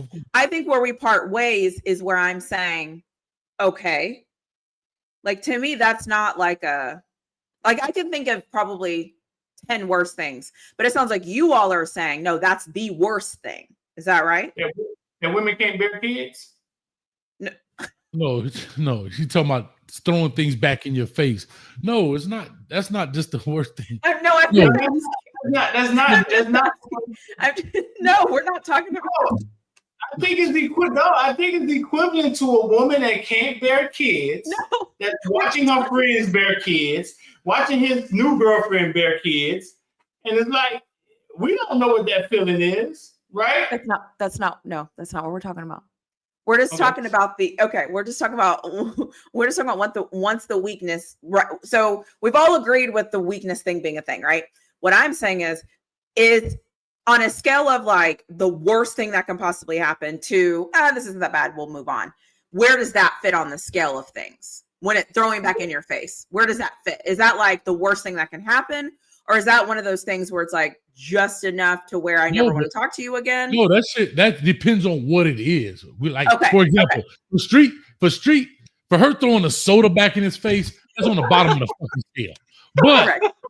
But if there was a moment that he was, that there was something that was more, let's say he lost his job or whatever the case may be.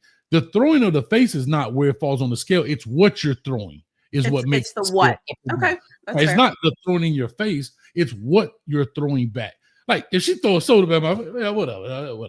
But if you're throwing back where there was a moment of weakness where I may have lost my job or whatever the case may be, and I think the biggest thing is what people have to understand is that this is a constant battle everywhere for men. It's in the workplace, right? It's at home. It's anything you're dealing with because. Believe this or not, it's like being in the jungle. You're constantly being challenged for your spot. Like you are. Like if you when you're at work, you got other men that you're battling to jockey for position at a job. If you're an ambitious person. Now, if you're just a dude that's sitting in a cubicle and you cool with that in life, then God bless you. But I'm not built that way. But you're constantly fighting to be the alpha dog or the king of the lion in his pride. Because that's what you're doing. And then now you come home and you having that same, like I said, I don't mind disagreeing, but I'm not going to fight at home. I do that all day for a living. I shouldn't have to fight at home. Now we disagree, that's one thing. But when I walk in the house, I shouldn't have to be prepared for, all right, my 8th battle for the day. Fuck that. I'm not doing that. I'm not bad. I don't mind. 130 pounds, especially not somebody 130 pounds that all they can do is talk. Yeah. I shouldn't have to come home and argue and battle with your ass too. Just like you shouldn't have to come home and battle with me. We could disagree. That's life. Think about your dad, right? You talk about your dad a lot. How many times have you ever seen your dad vulnerable? A lot. That's why I'm saying I don't have. That's a lot. Oh, and I've known. And that's good. And that was when I was a kid. I was a kid. I was a kid, and obviously now I'm an adult. But like, I can recount plenty of times where I was just kind of like, "What's going on? Like, what's wrong?" Has it ever been thrown in his face? Not to be too personal, but I'm gonna ask a question. Has it been thrown in his face? I mean, obviously not by me. But And the reason I can say so if that's a maybe, if you haven't seen it, probably very seldom have. Yeah. That's why he can't. That's why he can be then. Yeah.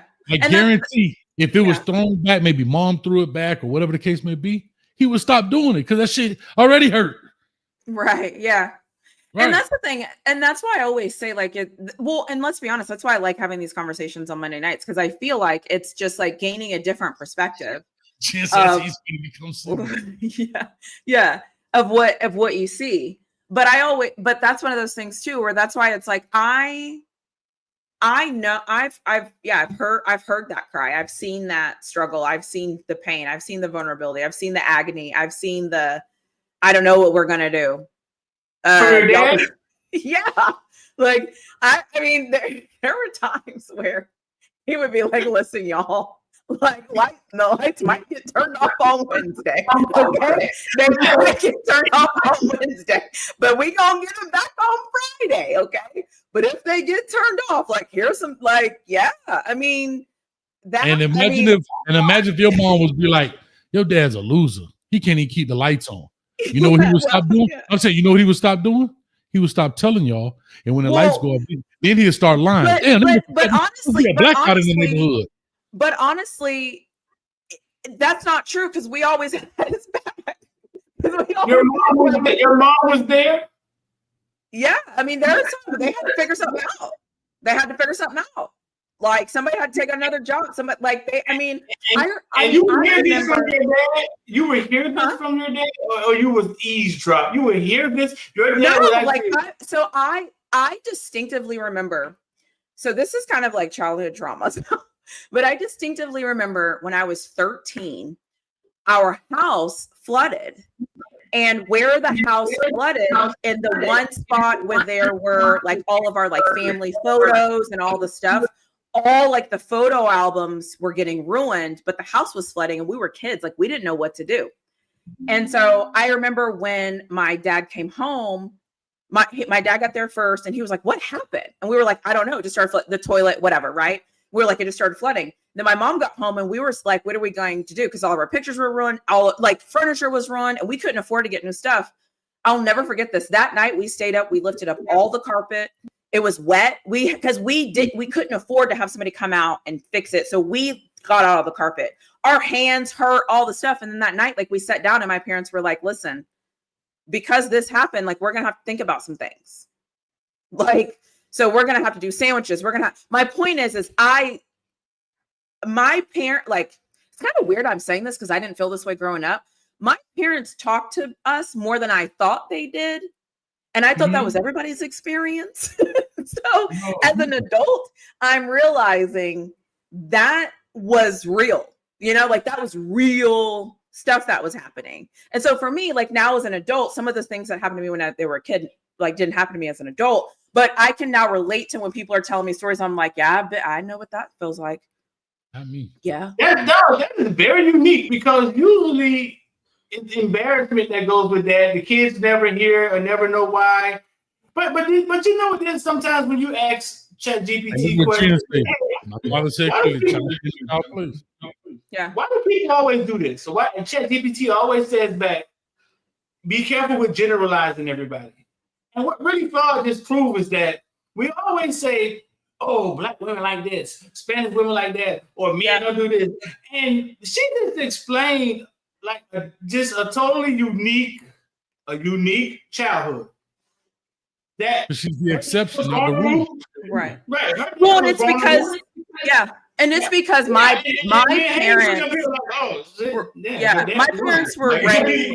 Communicated. I think it's because my parents were raised differently than they raised us. And we're echoing street. My dad was more present than my mom, which is also kind of rare, but they were raised to not know anything. So they didn't know anything about anything. And so both of my parents were like, no, we're going to tell y'all. I mean, I remember we used to have field trips and my mom was like, $20 for both of you. Y'all go figure it out.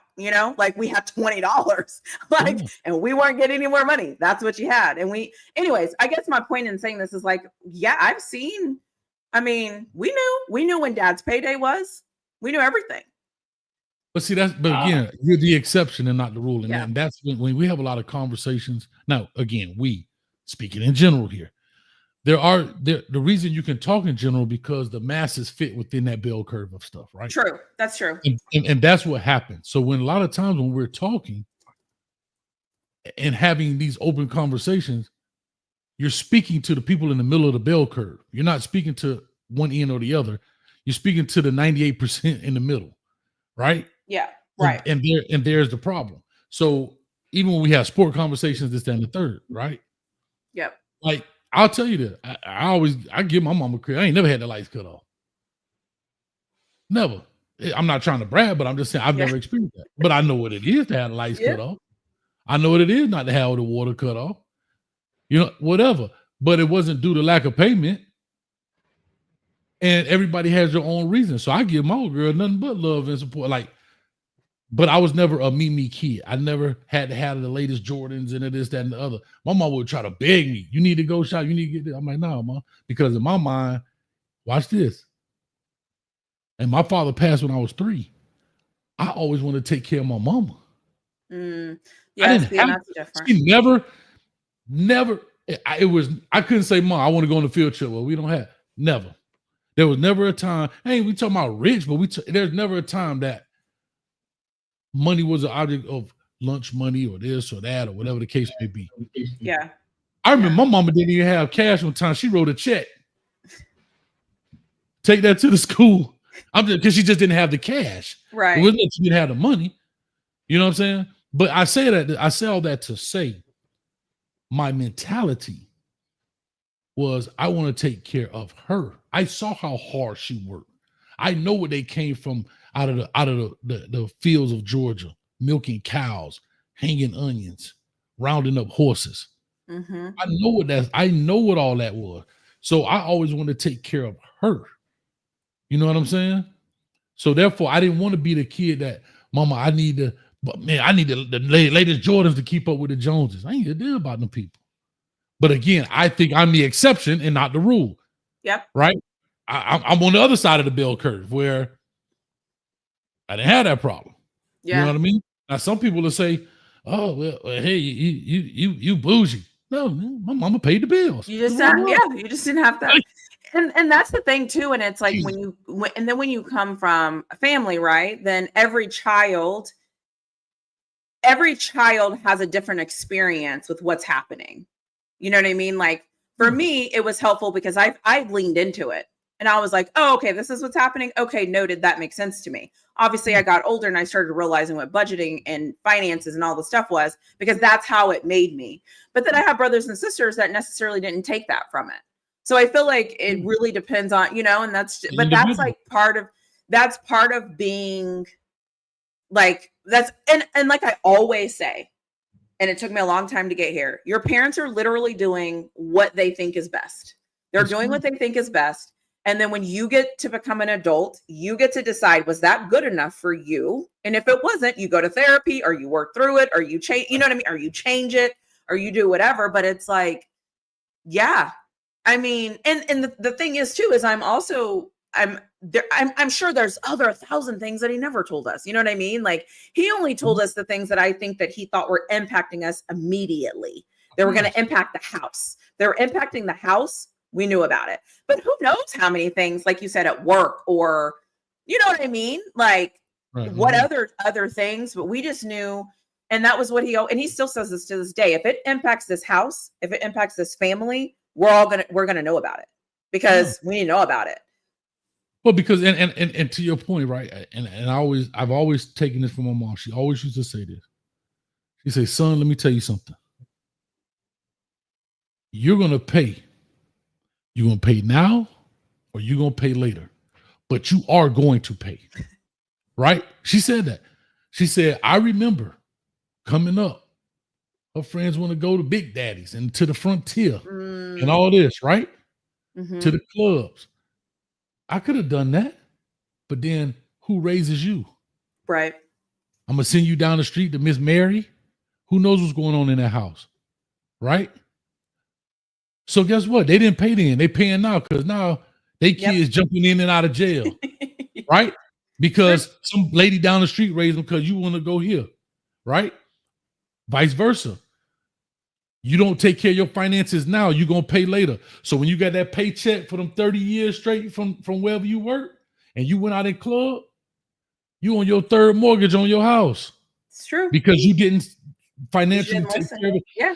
You're going to pay somewhere. So she said, you rather pay in the front end. Yeah, you may not have as much fun as everybody else, but you ain't working till your ass 90 years old and die. So and again, I don't blame anybody for doing what they do. It's your life. You have to make your own decisions. Yeah. But that is something I would have taken from her because it only made sense. And I would see people, right? I see people and I'm watching and I'm like, yep, they paying now. That's why They're paying now. That's how I feel. That's My why mama, listen, my mama right now being retired. She got friends still working.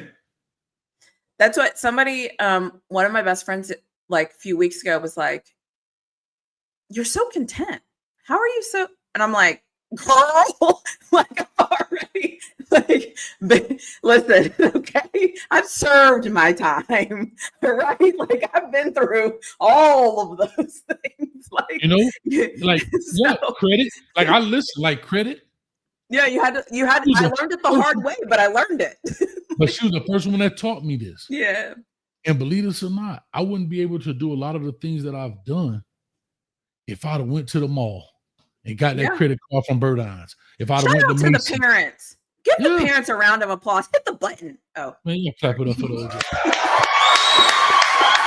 parents out here. Even the ones trying. Listen, and I always say, there's not a perfect parent, right? Even the perfect parents get it wrong, and even the wrong parents get it right. I just think as humans, it's up to us to realize what works for you, what doesn't work for you, and pivot. And if your parents tried their hardest and it wasn't good, they're trying their hardest. And the hardest lesson for me to learn, and I learned this in therapy, is if you think you had it bad, think about the things that were happening to your parents that made you have it bad. What did they experience that they didn't know how to go through it right, or they didn't know how to do? And so when I started asking my parents about their childhood, I was like, oh, okay. A lot of this makes sense. Like a lot of it. Oh, okay. So like just show your parents some grace. Yeah. Like, and there's some things I get it, right? There's always extremes of the things that maybe you don't show grace for. I'm not here to, I'm just saying, most times, most parents are doing their best. They're trying, and they're showing up, So, you know, but if you ain't shit, then I don't have nothing for you. No, 100%. I tell people that all the time. Like this stuff is not easy. And you know, you're born into who you're born to and all of that great stuff. And I understand that. But at the end of the day, it is an individual choice at the end of the day. I tell people all the time, you got two kids raised in the same house, might be just a year apart, and one goes left and one goes right. Yep. You know what I'm saying? Seriously. All the way left. Yeah. One goes left and one goes right. And it is what it is. Yeah. So, anyways. So those are the type of things I'm trying to see. Sorry, audience, you come for sports, you get sometimes life happens. And it happened real quick. Yeah, he's been talking about all type of shit. We never talked about just football. Yeah. Real quick. I think I've shown this to y'all before, but by the way, shout out to my dad if you're listening and you never comment and tell me you're listening. What's up, Dad? Shout out to you. What'd you say, incoming streak? No, I didn't say incoming. I know I did. Watch this. I want y'all to hear this. I think I shared this with y'all before. Watch this. Oh. What's up, everybody? Hey, at Coach Hayes Football again. I just want to simply say, you know, I'm up here in Georgia doing a little bit of hunting and stuff out here on the family property. But again, I do want to make some people aware of some things. This building right here was a building that educated my mother and educated her brothers and sisters, and they all became successful people because they didn't make excuses for the things that they didn't have, Instead, they made the best of the things that they did have. I mean, they became principals. We have teachers. We have people that worked for the Navy. We have people that did all types of jobs and became successful, raised great families, became great mothers, became great fathers, great grandmothers, became great grandfathers. I mean, this is what it's all about, guys. So again, let's stop complaining about the things that we don't have and appreciating the things that we do have and make the best of it. Bro, ain't a bathroom in there. That's where they went to school. That's where they went to school, bro. And we got people that got parents that went to school with an air conditioner. When my mama had the iron, literally it was an iron that you stuck in the fire with a wood burning stove. You like, so when people say, oh, you know, and again, you know, I get it. But, oh, my bad, y'all. Cut y'all off. But at the end of the day, that's that country living right there. And my grandfather built that because they wouldn't build schools for us. My grandfather and some other men in the community built that school so the kids could go to school. That's what I'm telling you. You gotta, at the end of the day, it's about decisions, y'all. That's it. At the end of the day. That's facts. That's it. Decisions you make today will show up later. Back to that, you pay now, you're gonna pay. You're gonna pay, dog. I learned that the hard, but you are going to pay. Appreciate you, Miss Geniality. But you're gonna pay, like, and that's why, you know, sometimes people be like, oh, you don't live life now, hey, you, because what I realize is, bro, when I retire, and I ain't helping no kid cross the street, I ain't working at the library, I ain't going to Walmart, I ain't doing none of that shit. I'm finna live life, dog. I'm not finna work till you put me in that box, be singing them sad songs. Hell no. And you up there lying to my how much you love me. You know y'all ain't love old Coat. Y'all call me a hater. Nah, I'm just messing around. But y'all, you get what I'm saying? Yeah. I think the thing too is what is that saying? The decisions you make today determine the decisions you get to make tomorrow. That's something right. like that. But the decisions you make today get to determine the decisions you get to make tomorrow. Mm-hmm. I think it's like that. Yeah, you're gonna make wrong decisions. That's life. Yeah. That part is life. Yeah. But I think too, it's like a reminder. Yeah. I mean, I remember there was a party I went to. Of course, I was told not to go to it. And I still went, of course. And then the party got busted. And at the time, I was trying to get a scholarship. And I'll never forget, my dad was like, how did that work out for you? Are you willing to sacrifice everything for that to happen again? And I was like, why is he being so dramatic? Like, why is he being so dramatic? And obviously, as an adult, I'm like, because like he needed to be. But same, you know, like you just think like, oh, I'm just gonna get this thing. I'm just gonna. He's like, those kids are not like you. You have to figure that out. I can't tell you. I can't tell you any different. Mm-hmm. Like they don't have the same goals you have. Like I don't know what else to tell you. And the hard thing is, as a kid, you don't get that. You want to have fun. Yeah, no, you want to have fun. Yeah. I get it. I totally understand that. Yeah, like you want to have fun. Everybody want to be the dude where the mama let them hang out till 1 and 2 in the morning. Yeah, and everybody's path isn't your path. Everybody, you don't, you know, like you have to make decision. I mean, we can even say though about like YouTube. You know, like, what are you going to do? What kind of channel do you want to be? How are you going to make decisions? What are you going to post? What are you going to say? You know, like, I feel like we're always making decisions.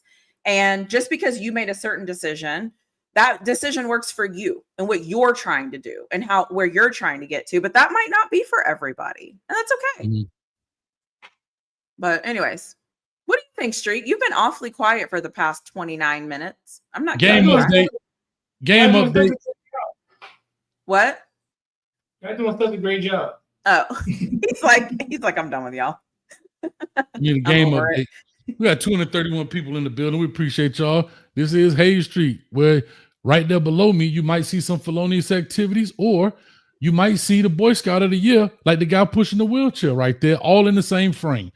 So with that being said, help us out. And let's support each other by hitting the like, share, and subscribe button on all 3 of our channels. Coach A's Football, Really Flawed, and Footballville. Because this is what we do. You never know what you're going to get. We started talking about Florida and Houston, and we might still be on here by the time the game over. Hell, who knows? But what I do know, Florida 30, U of H 34. And that must be the second half. Oh, I didn't even see the baby on his back. Who got a baby on his back?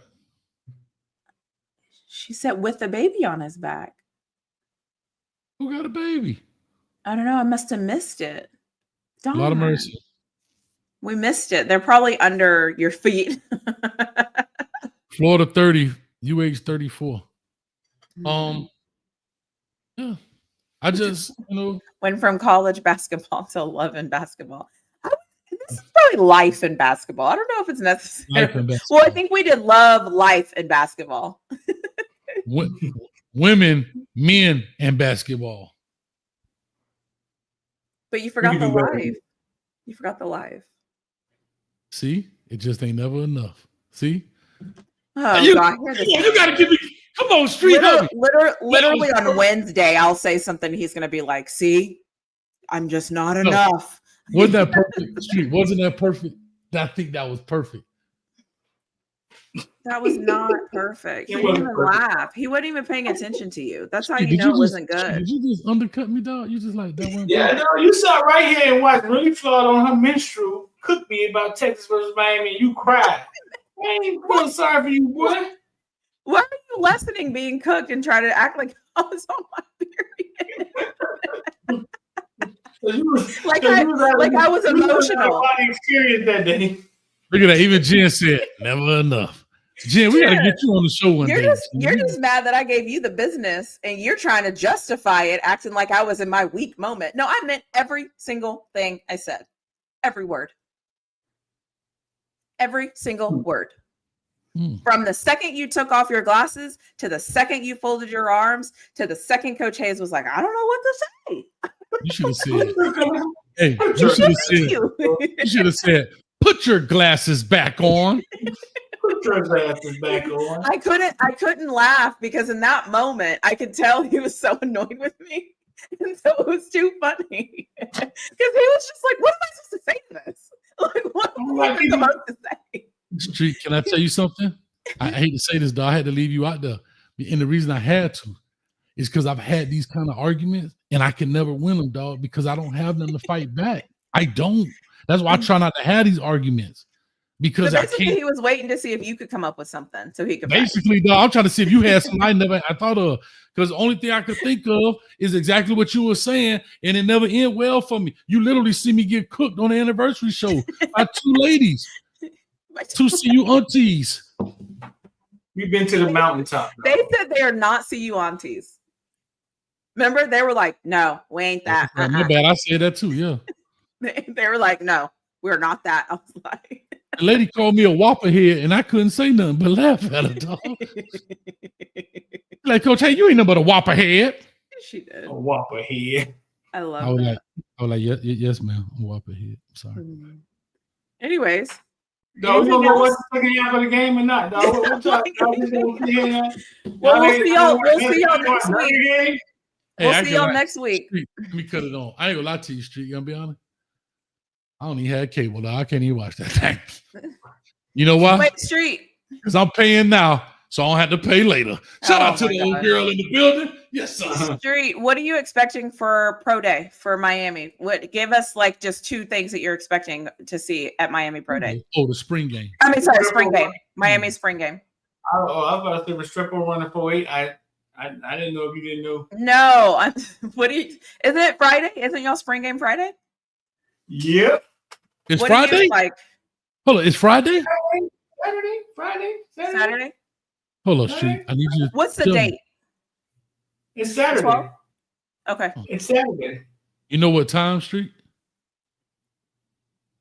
No. God damn. All right, I need to find out the time. What are you expecting? Are they showing it? I don't know nothing. I want to see the freshman wide receiver. Freshman wide receiver has been killing camp, and I want to see him. I want to see him do it live.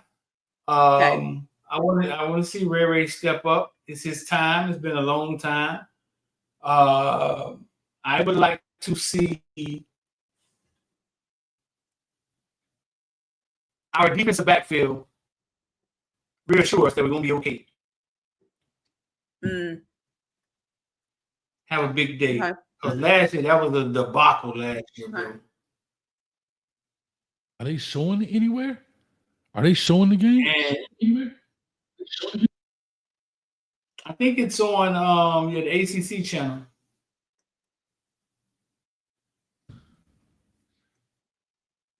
Miami full of shit, bro.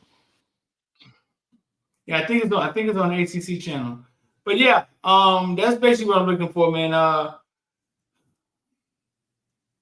want to see Ray Ray, like, it's his turn. He's been really patient.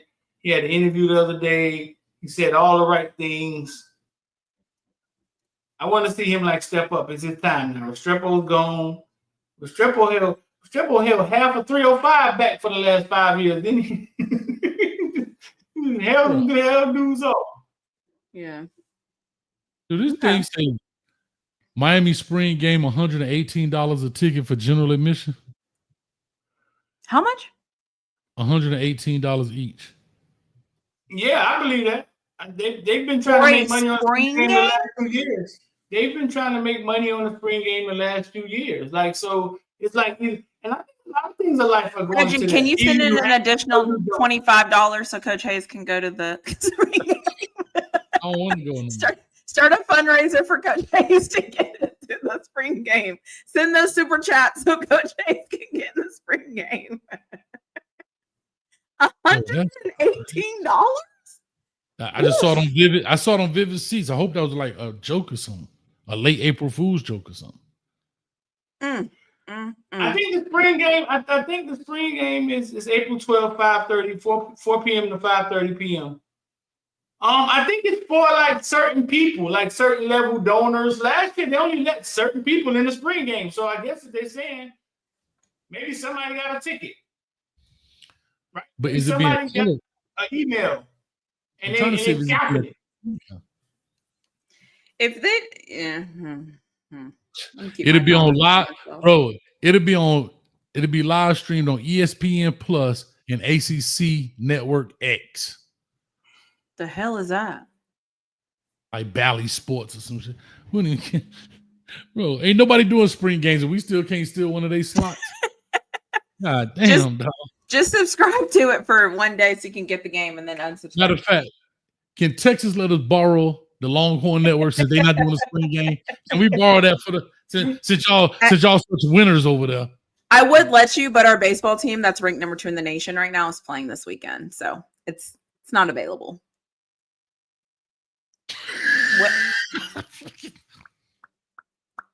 You know what, really, Floyd? With that being said,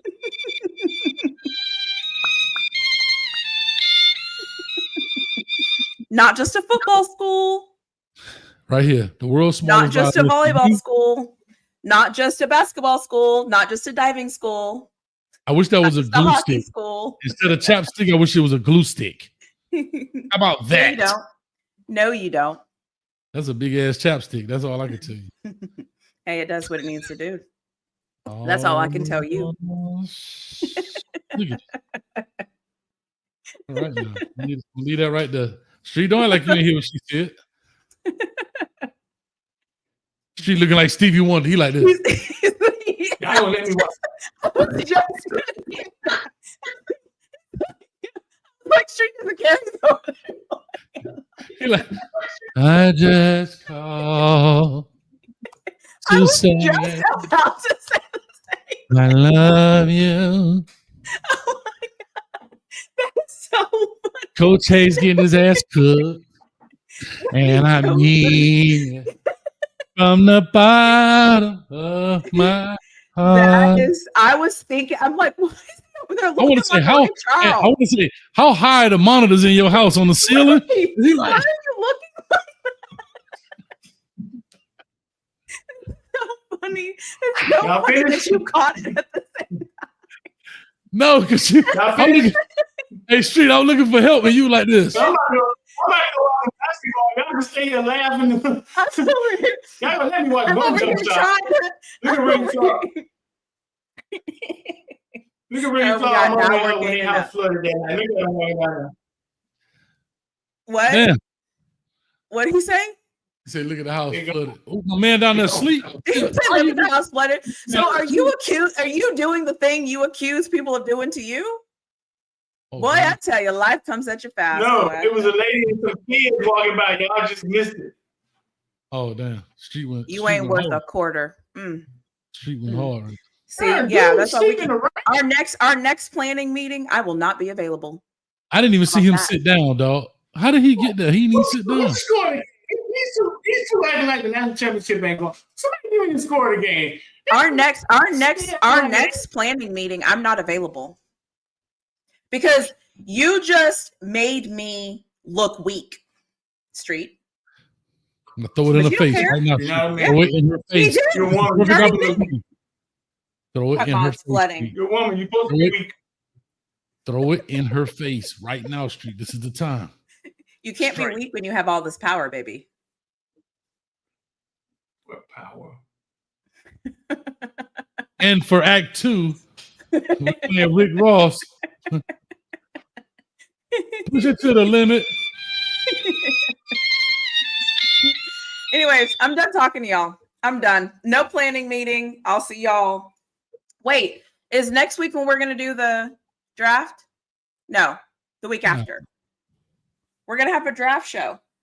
We're going to draft Cam Ward first. That's all that matters after that. After that, don't know what's matter, baby. Yeah, are we going to do it for how we think they're going to draft? Is that the plan? Yeah, it don't matter. Okay. We discussed this in our meeting. Play Is the this kid violin. named- Yeah, we'll is this- discuss. I'm not coming to the meeting because you threw my life in my face and you made me feel weak. And so Okay. now that I feel weak, I'm not showing up. Oh, damn. You are weak. You're a woman. You're supposed to be weak. Oh, Lord. Jesus. There's a fire.